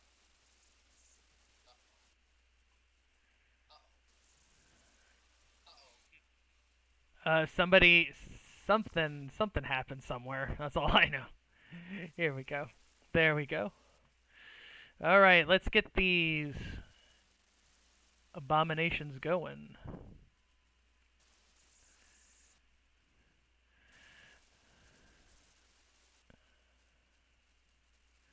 Okay, with that, Abel, you are first. So you rolled a high initiative for once. Abel will do what they do best, which is take out the little guys, frankly. And if I move to about here, can I see like this guy and this guy? I think you would be able to see. I think you'd be able to see this guy. This one, he's kind of in your peripheral, I guess. Can you shoot far away because he's out at running distance? I mean, I guess I can, yeah, as long as I can shoot over this far. I just want to You be able run to. up to it? Well, I wanted to be. I'll stay. Well, yeah. Honestly, what are my options? I think I kind of would rather be closer to this guy than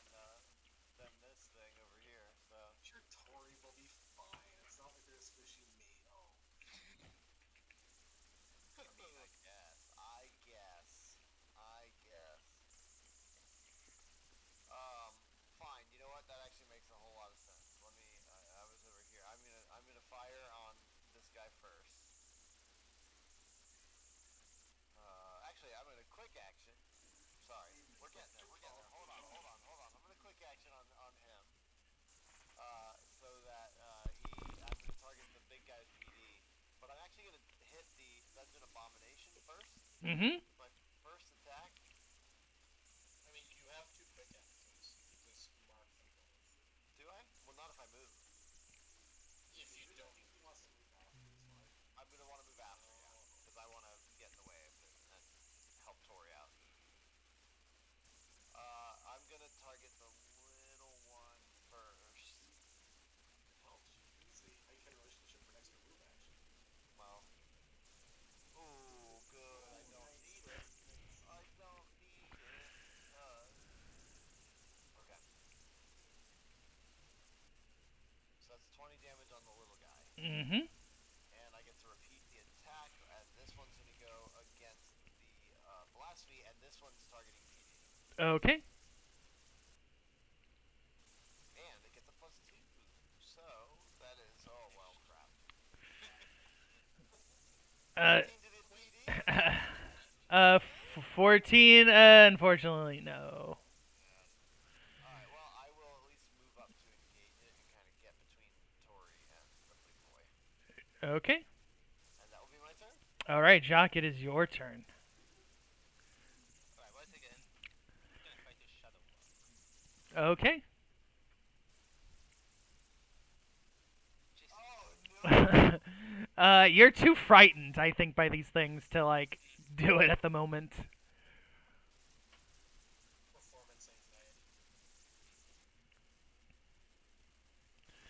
anxiety. What else do you want to do?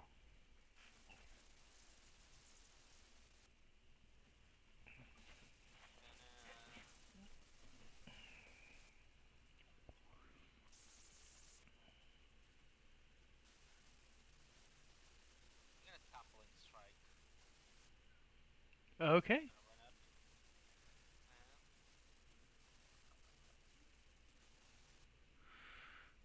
And 13, I'm pretty sure we'll hit. Yeah, 21. That hits. That is 25 plus. 9, 34. How much was it? Let's see, 25, 34. 34. I'm going to have to move this down a little bit. 25 plus 9 is 34. Minus 9. There we go. And then I'm gonna disengage. Okay.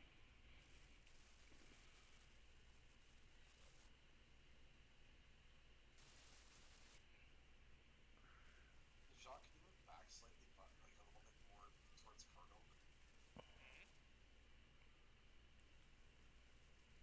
What?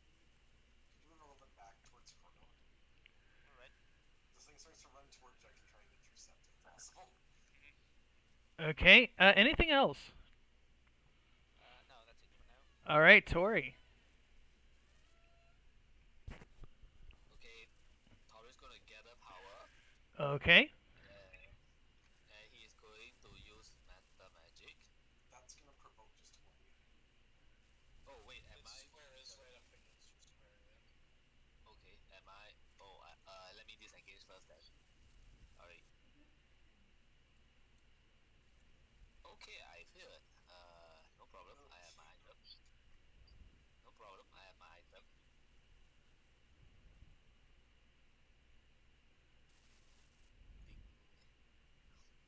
Okay, so after gathering power, Okay. I'm gonna cast less.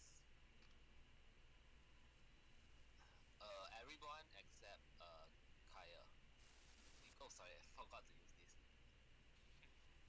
Should have struck you down while I had the chance.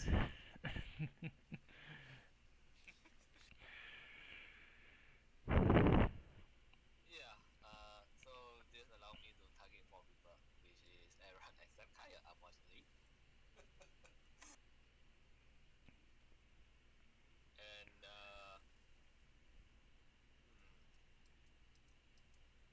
let me. Yeah. All right. That's the end of my turn. Okay. With that, it is the blasphemies. It's their turn. And I need to look at their thing here for a moment.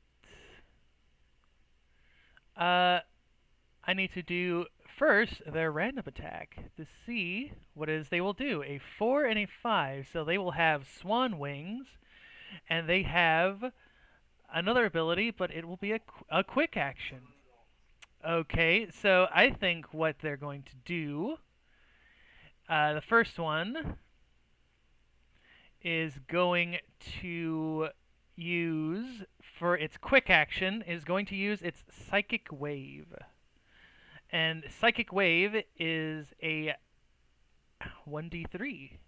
So it's going to try and hit Abel, it's trying to hit Korgolg, and it's going to try and hit Jacques. And since this is a quick action, that means it'll get to use Swan Wings right after.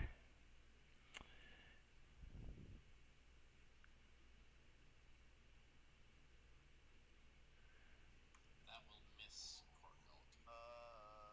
It's Abel first. That does hit. Okay, that is 8 ongoing psychic damage. And right after that, it is going to try and hit you, Abel, with its swan wings. So it's going to do this. Ooh. I don't think that hits actually. Really nice. Okay. So let's see here. Indeed, with that, that is its turn. Let's go with the top one. Let's see what it does.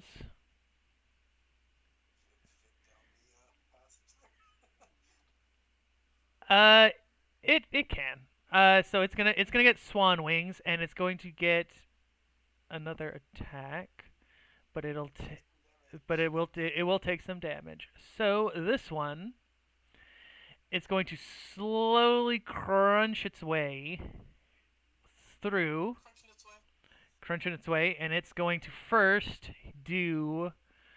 It's going to do its abomination appendages to Kyre. Oh no. And that should be 2 attacks. I don't know why it didn't roll the other one. 2 19s. Or 19 and 18. Okay, and then it will take 1d8. So let's roll that 1d8. It'll take 3 damage, as it had to kind of scrape against the ground to do so.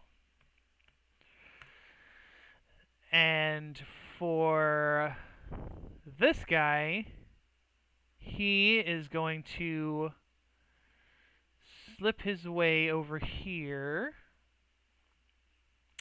That will be its turn, but it seems like it's going to focus on someone in particular. With that, it will shift to the abominations, and the abominations, they're going straight to Jacques. Yeah, sorry, I can't intercept, but I've just got this buddy on. This one's Yeah, this I can't intercept from behind. that one's gonna get to there. This one's gonna run up to Jacques. This one's gonna run to they. It's gonna run onto this. This one's going to. It's gonna jump on top of the roof, so it'll get to like here. This one will get to here. And that will be their thing, and that's do the ones attacking Jacques. Actually, no, they wouldn't be attacking Jacques. They wouldn't be attacking. I can see Abel. Actually, you're right. There's something I forgot to tell you. They sense the heart of the sky on That's what I was expecting. whoever is doing so. So instead of Jacques, they would actually be attacking Abel. We should have gave it to Kyre. I mean, I can take a hit. Okay, let's roll their thing. Many hits. Let's see, that's a 6. Wait, do it. This is gonna get real confusing real quick. Okay, pick one of the abilities. They get a 1d6. Okay, so the first, Take 6 damage. it will take 6 damage, and it has 2. So 2 is tentacles. Yep. So it is going to use its tentacles on Jacques and Korgol because that's another 1d3. And all three. Oh, that looks bad. So A will be first. Probably a miss at least. I'm gonna go ahead and touch. And it says, see this part, it says natural roll above a target's strength. Like I'm ass- Oh, no. I'm assuming that means I'm assuming that the natural roll is like above your. Above your strength stat. I Uh, was saying, doesn't say it needs a hit for that either. Is that intentional? So he just gets pulled immediately? I think so. Oh dear. A massive touch. What is the natural? Uh, Oh yeah, for me it's not. Yeah. Yeah, it's only a 6, so I'm yeah, really weak. yeah. Strength is one of my good ones. Okay, I Which one is might it? get into trouble. okay. Uh huh. Roll that I'm used to. Whoops. Yep. Whoop. Well, kudos, DM. This looks like a much harder fight than we've had for a while. I know. I know. Okay, so let's do tentacle again.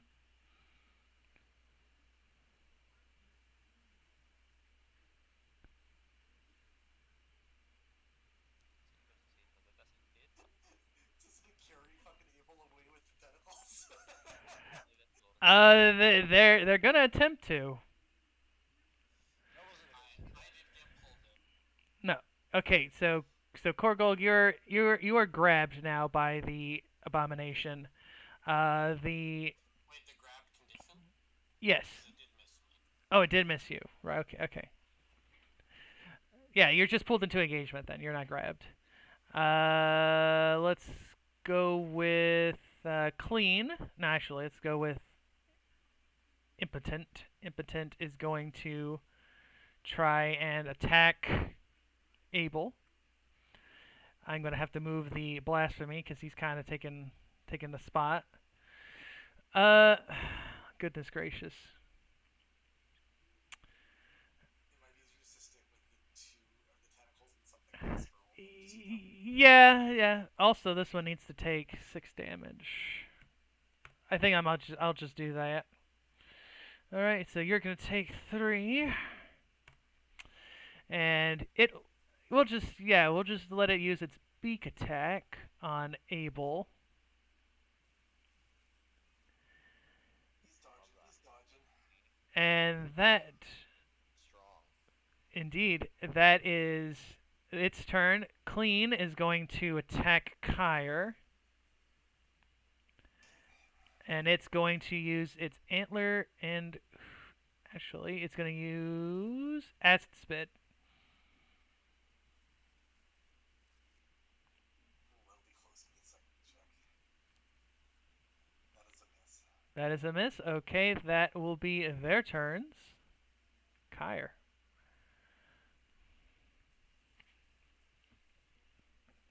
This is quite the pickle we find ourselves in, isn't it? Funniest thing I ever seen. Okay. Well, I got hit twice for 11, but I have Shot of the Pact up, so I should have reduced it by 4 each time. Because I assume those guys are not mooks, just to confirm. They are not mooks. I expected. Okay, so I'm not as hurt badly as I would have been otherwise, but still not in a great spot because this guy hit me a lot. Okay, so figure out what the best way to deal with this thing is.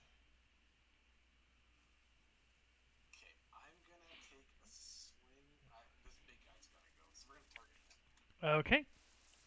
Let us do quick action for hate, just because I'm really hating one of these guys, and Flanders swing at the big boy. Oh, I like when it comes up to a 17. So we got 29 physical, and Mhm. blade chews him up, so I'm gonna get a little bit of healing out of that. Okay. Plus the 8 from hate, so 37. Oh, right, good reminder, thank you. Okay, and I want to wait for that to be able to hit the higher, so luckily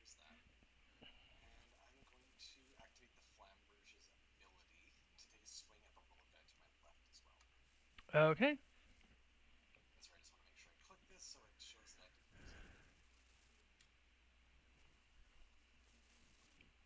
And swing on little boy. Maybe a hit, maybe not. 20 versus AC looks like it is a hit for 30 damage. It it does. And I chew him up and eat some more hit points out of him.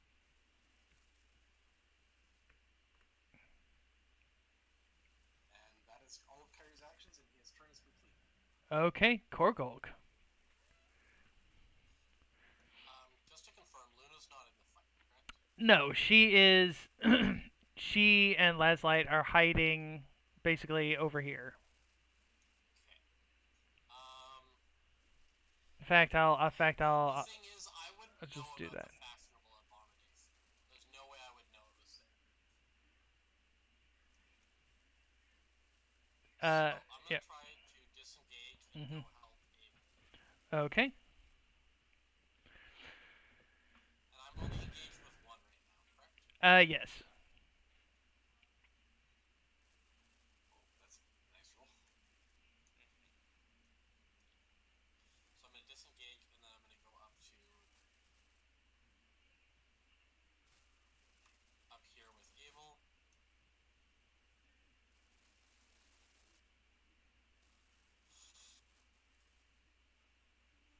I am going to use. Actually, I'm going to save that for now. I'm going to use Trickster's Cut on this one.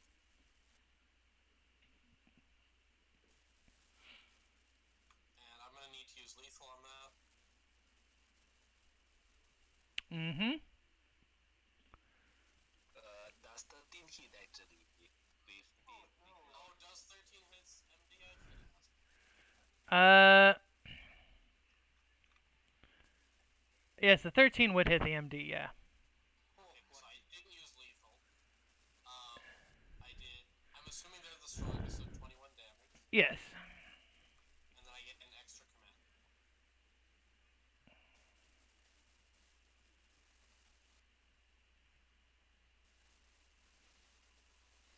Okay. I'm going to save my tactics for now. Okay. Abel. How many am I engaged with? 2. 2 or 3. I'm gonna try and disengage. Yikes. That's a no. I'm gonna try and re-roll that because I have some slippery eel boots. I believe. Yeah, that I can just do. There we go. That's a good roll. Yeah, use up my 19 now, you know. So did I. So did I, if it makes you feel better. Step back towards Tori. I would say probably use your MD arrow throw because a 13 hit him. Yeah, that's not a bad idea. I'd like to try and hit 2. Yeah, alright, why don't I do that? Okay, I'm going to use my Vexing Shot, my Vexing Flare. Mhm. So this is going to target its MD. Sorry, I have my character sheet too small right now. And you might as well use your +2 arrow because you have Bless. What's that? You have Bless that's empowered, so you have +2 to hit automatically. But if I'm gonna attack it, well, okay, I guess so. I was gonna say I could use that, and then on my second attack, add the +2 and the other one to the.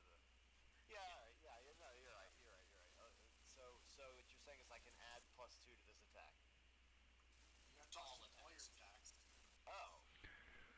Rat. So you'll have +4 on the bonus one. Yeah, okay. All right. Well then, this I didn't. Did I use the? I didn't use the odd one last fight or last attack because it was even. Okay. All right. I got it now. This is going against the guy, and it's going against his MD down here. That's good. 18 versus MD. I'm assuming hits. Yes, it does. Oh, you didn't use your +1, so that'd be 20 versus. Yeah, it's actually 20 versus MD. Sorry, you're right. That hits. He's almost dead. And it was an 8, so I get another attack.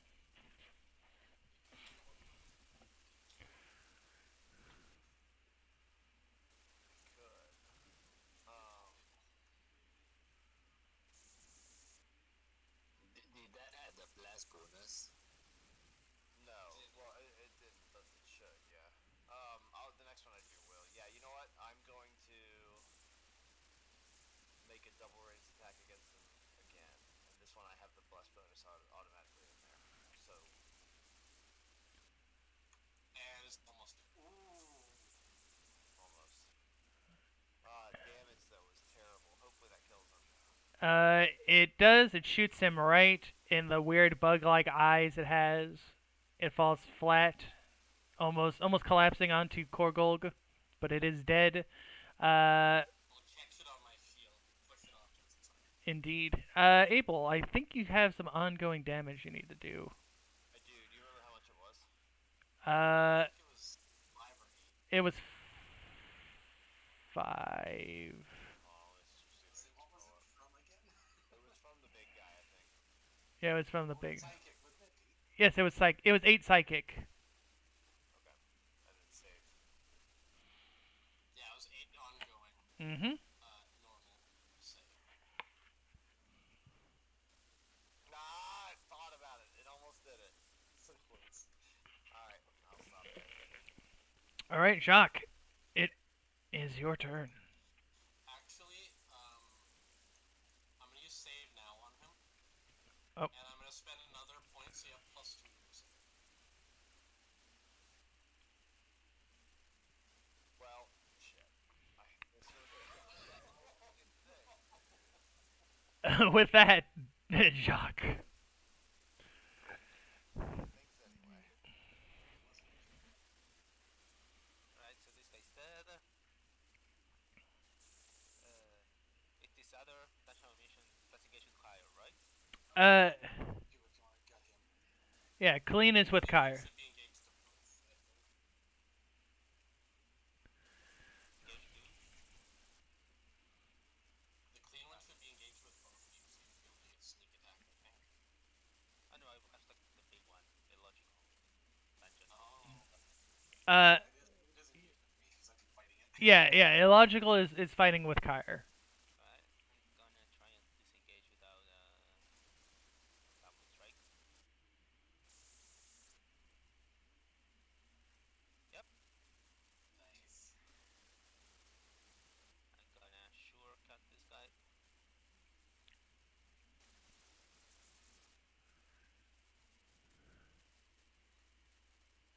It's good.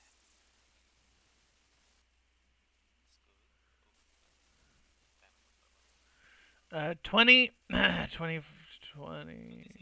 26. The 20, yeah, that hits it. It's technically 22, Stacy. 22, and it's 26. Oh my goodness, you guys are wrecking.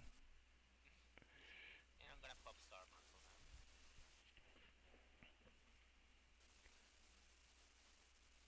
now. Okay. Anything else?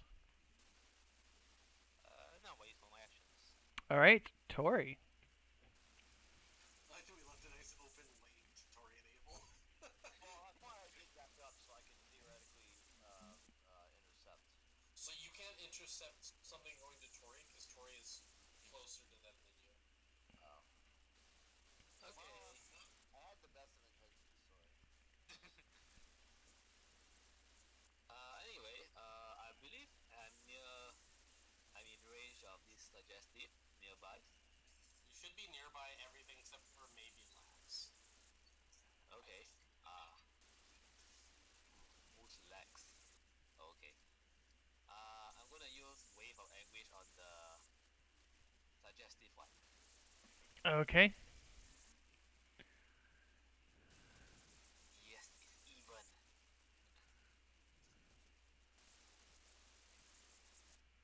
And they scream this, you scream at them. It's a good day. That's a lot of screaming. And it's dazed. Yep. Damn. 25 damage and daze. Wow. Good spell. Look, Tori, another broken spell. Chain roll. Chain roll. It And doesn't say it's recharged, though. it is per battle. That's worse. Oh my Wow. Holy crap. Okay. And it has changed, so I wanna hit the other abomination now. Okay.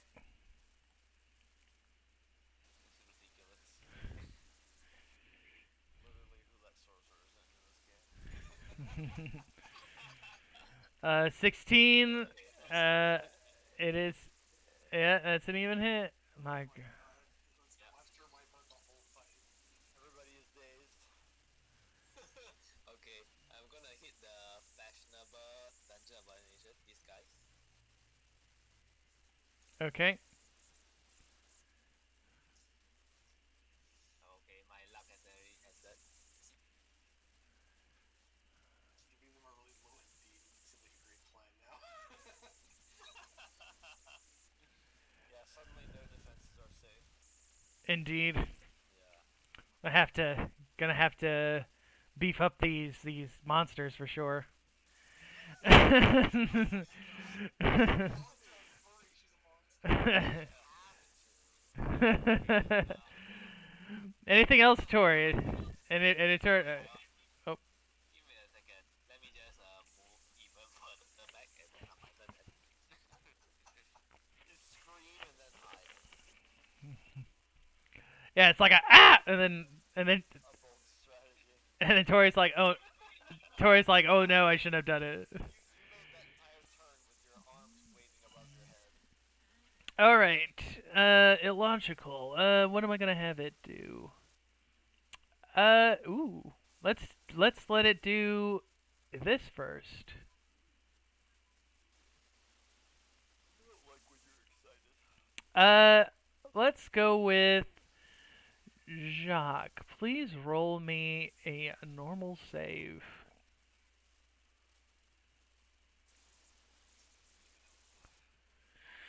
Ooh, you are. Ooh. I'm gonna use one of my sick Prince of Shadow here. Okay. To do what? Reroll it? Yeah, so reroll that. Okay. You can reroll it as this creature. Say that the Prince of Shadows lets me hide my weaknesses in my opponents. Or it's like a feint. Right. I was like, no, the Prince of Shadows is quite secretive, Okay. letting my secret, letting my weaknesses be revealed. Would not be appealing for it. Okay. It is going to use its screaming head at you.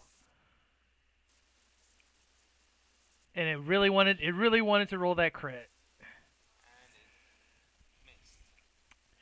it missed. Okay. The suggestive. I'm not engaged with anything else, right? No. Right. The suggestive is gonna slither on up, and it's I will intercept him. you will intercept. Okay. Yes. Go. I knew it. That's fine. You want to intercept it? That's fine. It's going to. It's going to use. Bad result. It's going to use psychic wave. That's fair. If it's- Oh, come on. Oh, there's a 19 though. And a 17. Oh boy. I'm fine though, and that's what matters. Yeah, definitely been hit. Oh, did I outlead you? Did you already roll your save against the ongoing? You did. I failed. Yeah, I failed both of them. Yeah. So does it stack on me or what? It does stack. Yeah, it does. Do I have to roll multiple saves against it? It would no. One save. It would just be one save. It's just the damage stacks. Nice. Okay, and Exploration. I'm assuming a 19 does hit Tori. I'm assuming. It says that it does on the card. No. Yeah, I don't know what Tori does. Flying electric brain. Let's see. Oh, you're right. It doesn't hit her MD. That's My MC is 20. Wow. Will able be hit with he had 20 MD? I think he will, right? Yes. Oh, okay, then I guess I can help you. I'm pretty certain every other person on this team would be hit 19 MD. With that 20 MD. no, it's fine. With that is their turn. The abominations are going to go.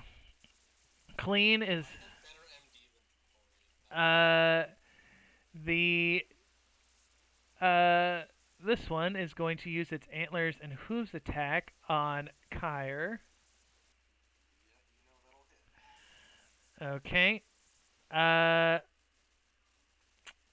Corny is going to run up to here, and it is going to attempt to hit everybody.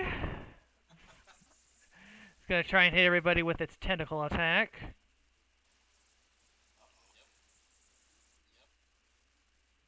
It really, I really wanted to do that. It really wanted that 20. It really wanted that 20. Oh wait, versus AC that doesn't hit me. Yeah, same. Okay, with that, 12 will be higher than My strength is impotent is going to get to here, and I think it's going to shoot. It's going to shoot its acid spit at Abel. It is actually, I think it's going to try and hit Tori instead. Yeah. It's because Abel has 60 artillery already.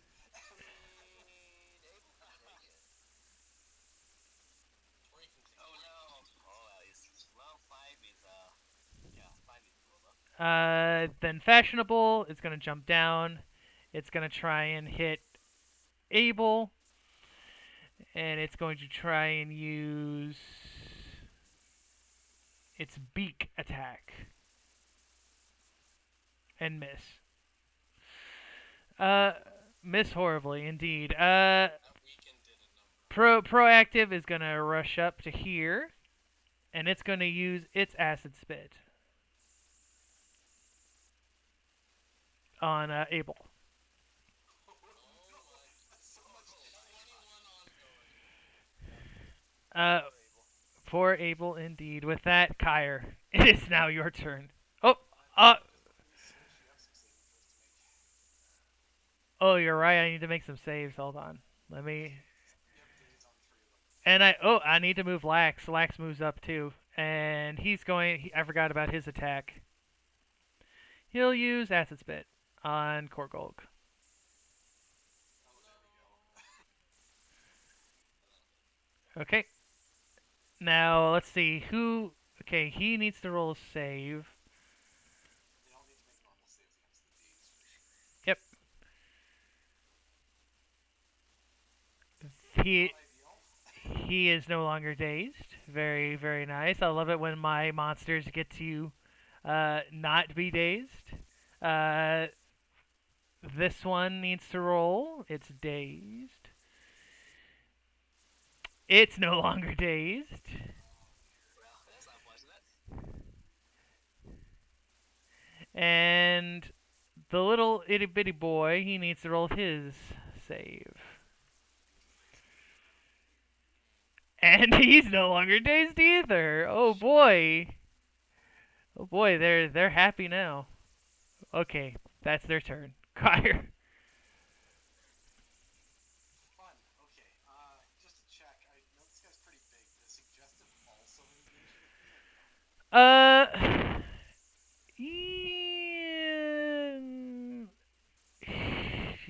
No. Okay.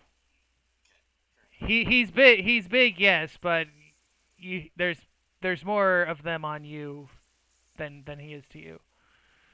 I will start by taking a swing at one rouge at the logical one to the north of me. We'll see how this goes before I figure anything else in. Okay. So, I'm going to use my champion feed off Ravager to make a reroll on that attack. Okay.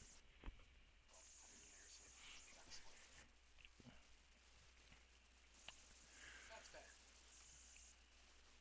Damage is a bit on the low side. We'll see if this one can kill him or not. So that was 21 physical. 21 physical. That will kill the illogical. I ripped the vitality out of him to heal myself. And I get to... Sacrificial blade. Yeah, I'm going to try and activate Sacrificial Blade since I just killed somebody who's definitely not moving. Mm-hmm.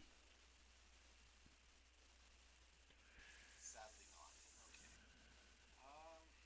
Let me think here for a second. I don't think I have a lot of quick actions that are going to make a difference where we're at right now. But I would like to try to disengage and get into a more advantageous position if possible. Okay. So it's got the one on me, so it'll be a regular roll. That, of course, succeeds. And I'm just going to basically move down so I'm kind of engaged with the suggestive one. I'll stay engaged with the one, the big one as well. Okay. That's my turn. All right. Korgolg. Alright, I'm gonna try and save all of my command points for giving Abel a rally. Or not a rally, a save now. First up, we're gonna do expert flanking on Kyre. Oh, is that on the big boy? Yeah, we're both engaged with him, so we can do that. Well, that movement was totally worth it then. Alright, let's take a swing at him. Oh yeah, that's what I Big like to see. hit. Big damage. 29. Yeah, that hits. And that's against illogical. Or is that suggestive? Oh, sorry, that was suggestive. Illogical is dead. Yep. Okay. That.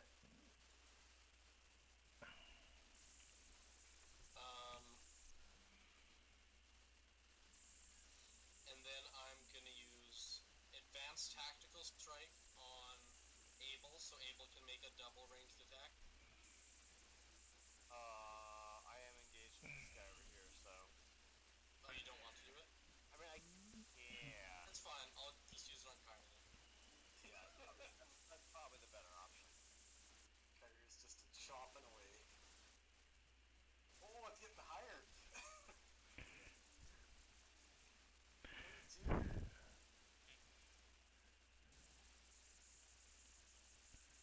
It's who? That was the Suggestive. Alright, and then I'm gonna try and get some command points. Wish me luck. Basic tactical strike. +2 from Bless. Or not basic I was gonna say, is that what you make me do? Trickster's gun.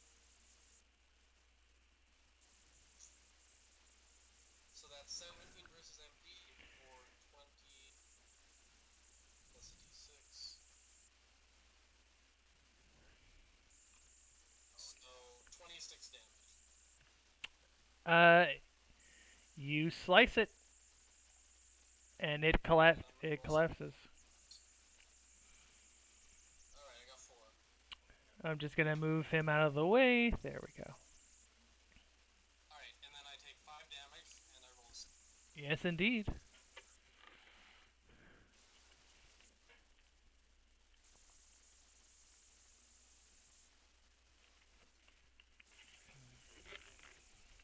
And I make the save. Woohoo! I hope I make my save. You get to make 2 saves. I hope I make the more important of the He only has to have to make 1 save, I thought. No, one stack, and he's got the asset. Yep. Okay, Alright, well, so as soon as his turn starts, I use save now, and I use 3 points. Wait, can I use 3 points right now? I can only use 2 points right now, so you get a +4. Don't fail, please. Oh, he didn't even need it. It's fine. alright, so now I'm just taking the 5. Yep. Alright, that's cool. I guess I'm gonna target that guy right there. I would You like could to. disengage if you want to use your Oh, yeah, maybe that's what I'll do. That would be smart. It would be smart, but. Alright, so I'm gonna make a double attack against him, but he's just one guy, so.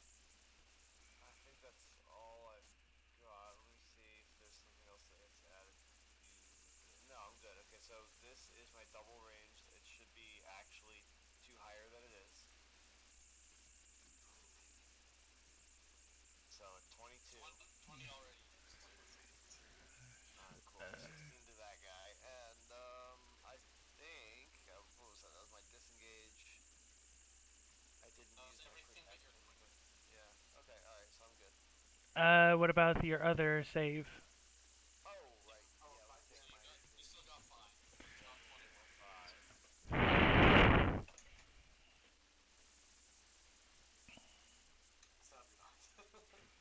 sadly not. I'm sorry. With that, Jacques. Abel's there to get hit. Right. I'm engaged and Kyre's engaged. Yeah. Mm-hmm.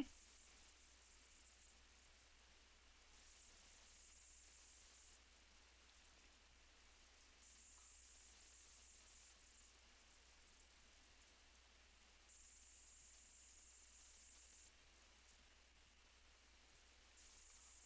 me mark this. Kaya can probably handle that one. I sure hope so. Oh, 4.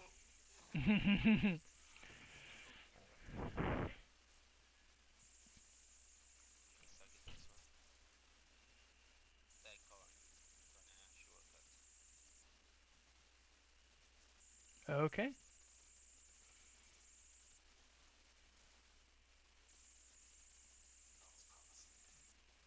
That was promising. That was +2, so that's good, I think. 22. 8 damage. And that's against Corny. 28. Goodness. You get it right in the side of the head.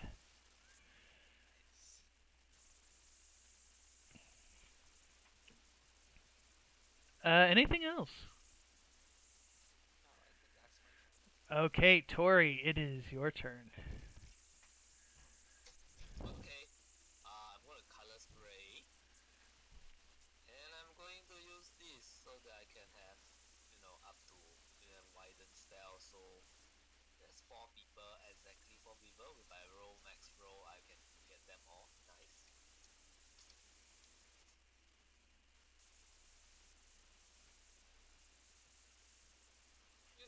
On second thoughts, this battle is about to end, so it's a bit of a waste. So I'll take that back.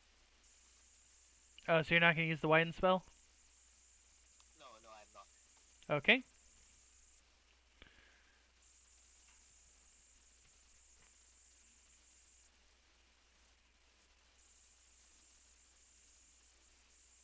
Oh, of course I will have roll one.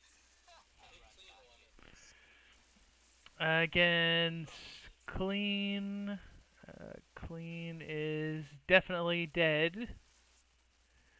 As colorful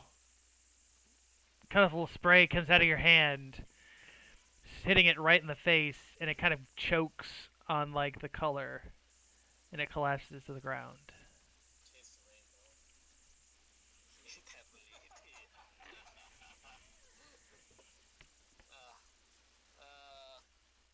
I think it's a pretty pointless to do this, but I'll do it anyway. Have a heal. Aww.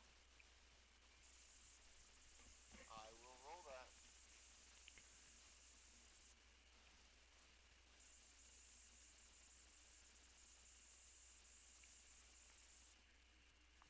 Alright, enter. Okay, with that, the blasphemies are all dead. It is the abominations. Let's see. Corny is dead. Impotent is still alive. Impotent, I think, is going to attack. He is going to attack with its beak attack on Jacques. That's 7. That misses. Can't use their breath yet. I feel bad. Proactive is going to shoot. Actually, I think it's going to do its close. It's D3. It's going to use its tentacles.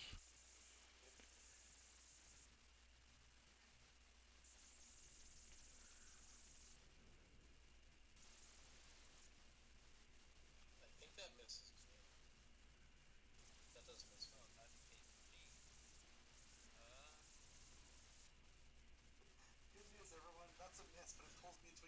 exactly where I wanted to be. Indeed. Hit me, so I'm gonna. Yeah, maybe. Hold on. And Lax is going to target. Hold on. I need to reroll that. Okay. Let me. Whoop. Let me target you.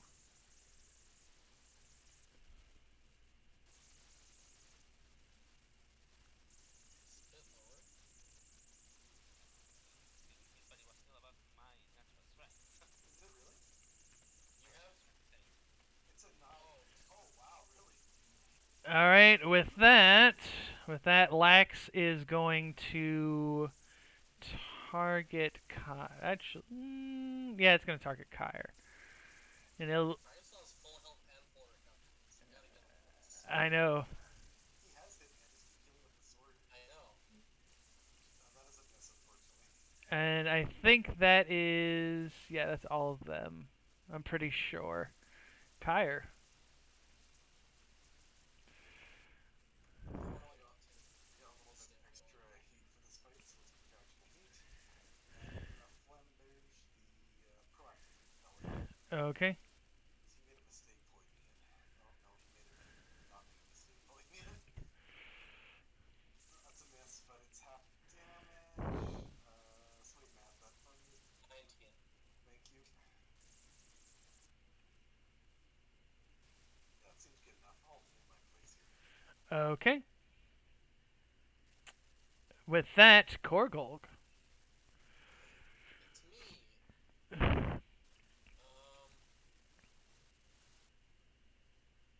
don't have a lot of like dailies or recharges left, so I'm just gonna do a Trickster's Cut on proactive. Okay.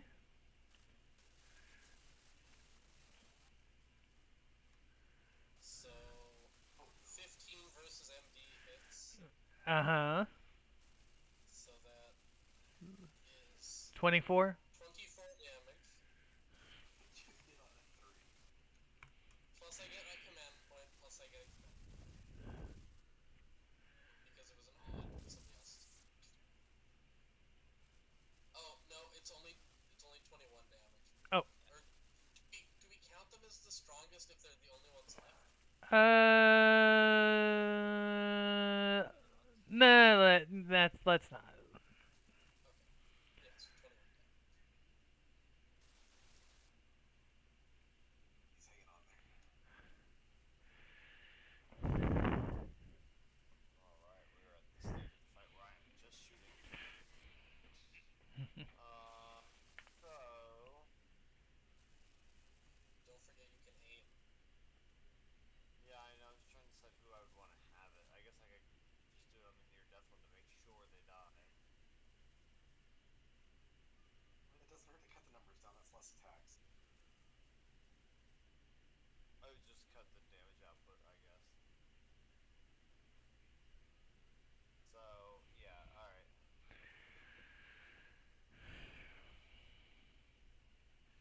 I'm going to deadly aim against that guy. Mm-hmm. So that when I hit him with my ranged attack, which should have, this will have the +2 on it, plus already. Yep. Yeah, a 31 will probably hit. Yep.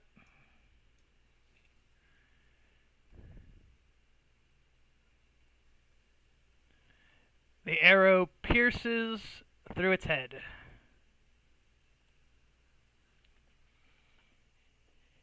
I'm gonna move the other one. It was an odd hit. Oh, shoot. No, I'm just gonna stare at the other one, I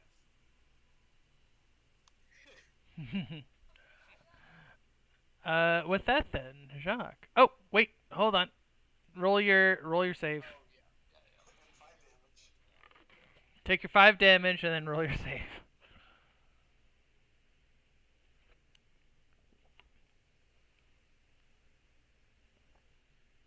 Never. Oh, no. So I get another 9. I'm sorry, Pam. I'm sorry. With that, Jacques. Yeah, since the second one is getting composed.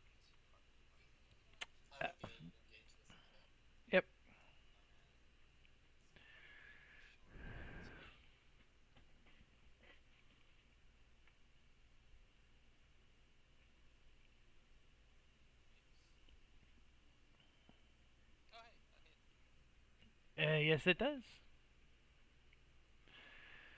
For 22, 31. 31, yep.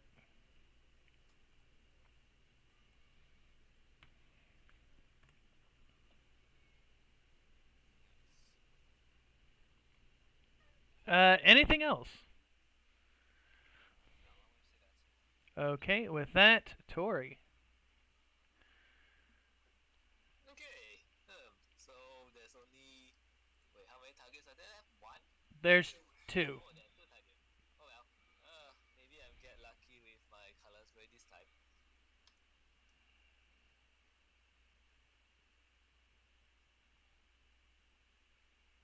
Button press right now. Ding. Wow, exactly two targets. Wow. And they're both 23 psychic. Oof. Tori dance party. So we're done, right? Maybe not. No, the other one was unnamed. Yeah.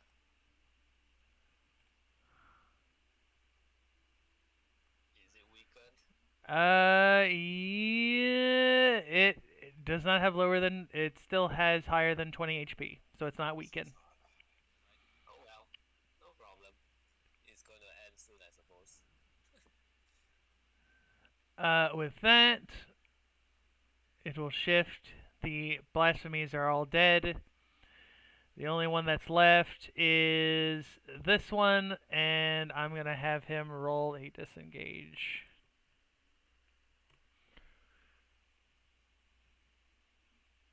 And it will not, but it's still going to run. So Kyre, you get a free attack against it.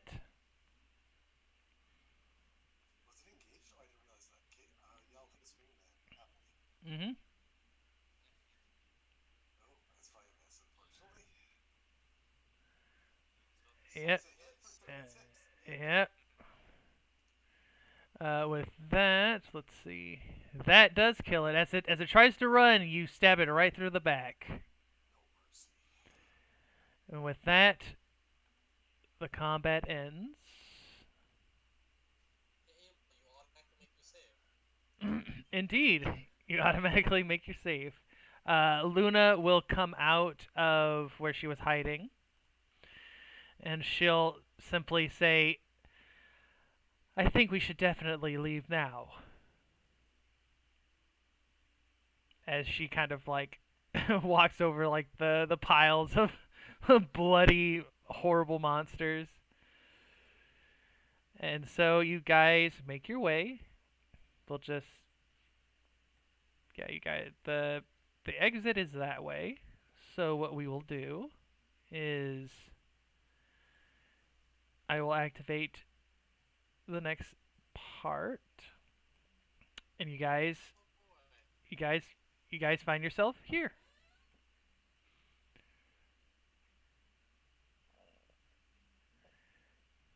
Just get everybody there. Yep, just get everybody there.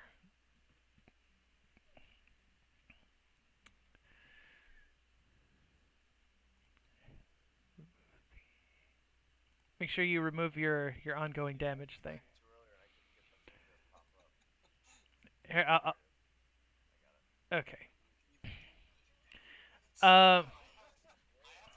have a question. Okay. Did Abel get hit in melee last fight? I think Pulled into he got pulled into melee. I think. No, I don't think I did. Okay, good. I was wondering if I forgot to remind him. Yeah, so I just wanted to check. Unless the tentacles or whatever caused the ongoing. That was Yeah, so Tentacles are Cultist range. I don't think I did. yeah. They spat acid. Yeah, they spat acid, and some tried to beak at some of you, but I don't think none of them beaked at Abel. But with that, you find yourselves close to the exit. And as you guys start to slowly make your way over, Abel, you were programmed to kill dragons, correct? Theoretically, yeah. A little voice starts kind of making like a beeping sound in your mind, and it goes, "Warning, warning, dragon in proximity." And you guys hear a rumble as out of the ground see this creature. It is large. Its wings envelop the sky in a shadow. It roars as you face not just a regular dragon, you're facing a ruined dragon. Yeah, I was gonna ask, do we get a quick rest to retract stuff before we get killed? Yes, because I am. This is going to be. We're gonna end the session right here. Is why. As this thing again kind of looms over you, the living dungeon. It's mad. You know it's mad. This is it pulling out all of the stops. This is pretty much its last resort at this point. If this does not kill you, it's gonna go crazy. That is what is going to happen. And with that, uh, the as the camera kind of emphasizes the height, just the loomingness of this creature. This scene will kind of fade to black. So we hope you guys enjoyed Starbreakers Episode 2. Will the party survive the Ruined Dragon? I don't know. I don't know. I'm kind of hoping that some of them get wrecked a little bit. I'm just saying. Because what's I'm just kidding. Of course I don't want these characters to die. At least if they die, I want them to die being cool. So I think, against a Ruined Dragon, I think they'll die pretty cool. But Well, if we have to die, do it before we get the character arc, right? exactly. Exactly. But so before I end the stream, please, what did you guys like? What would you want to see again? From this session. Yeah.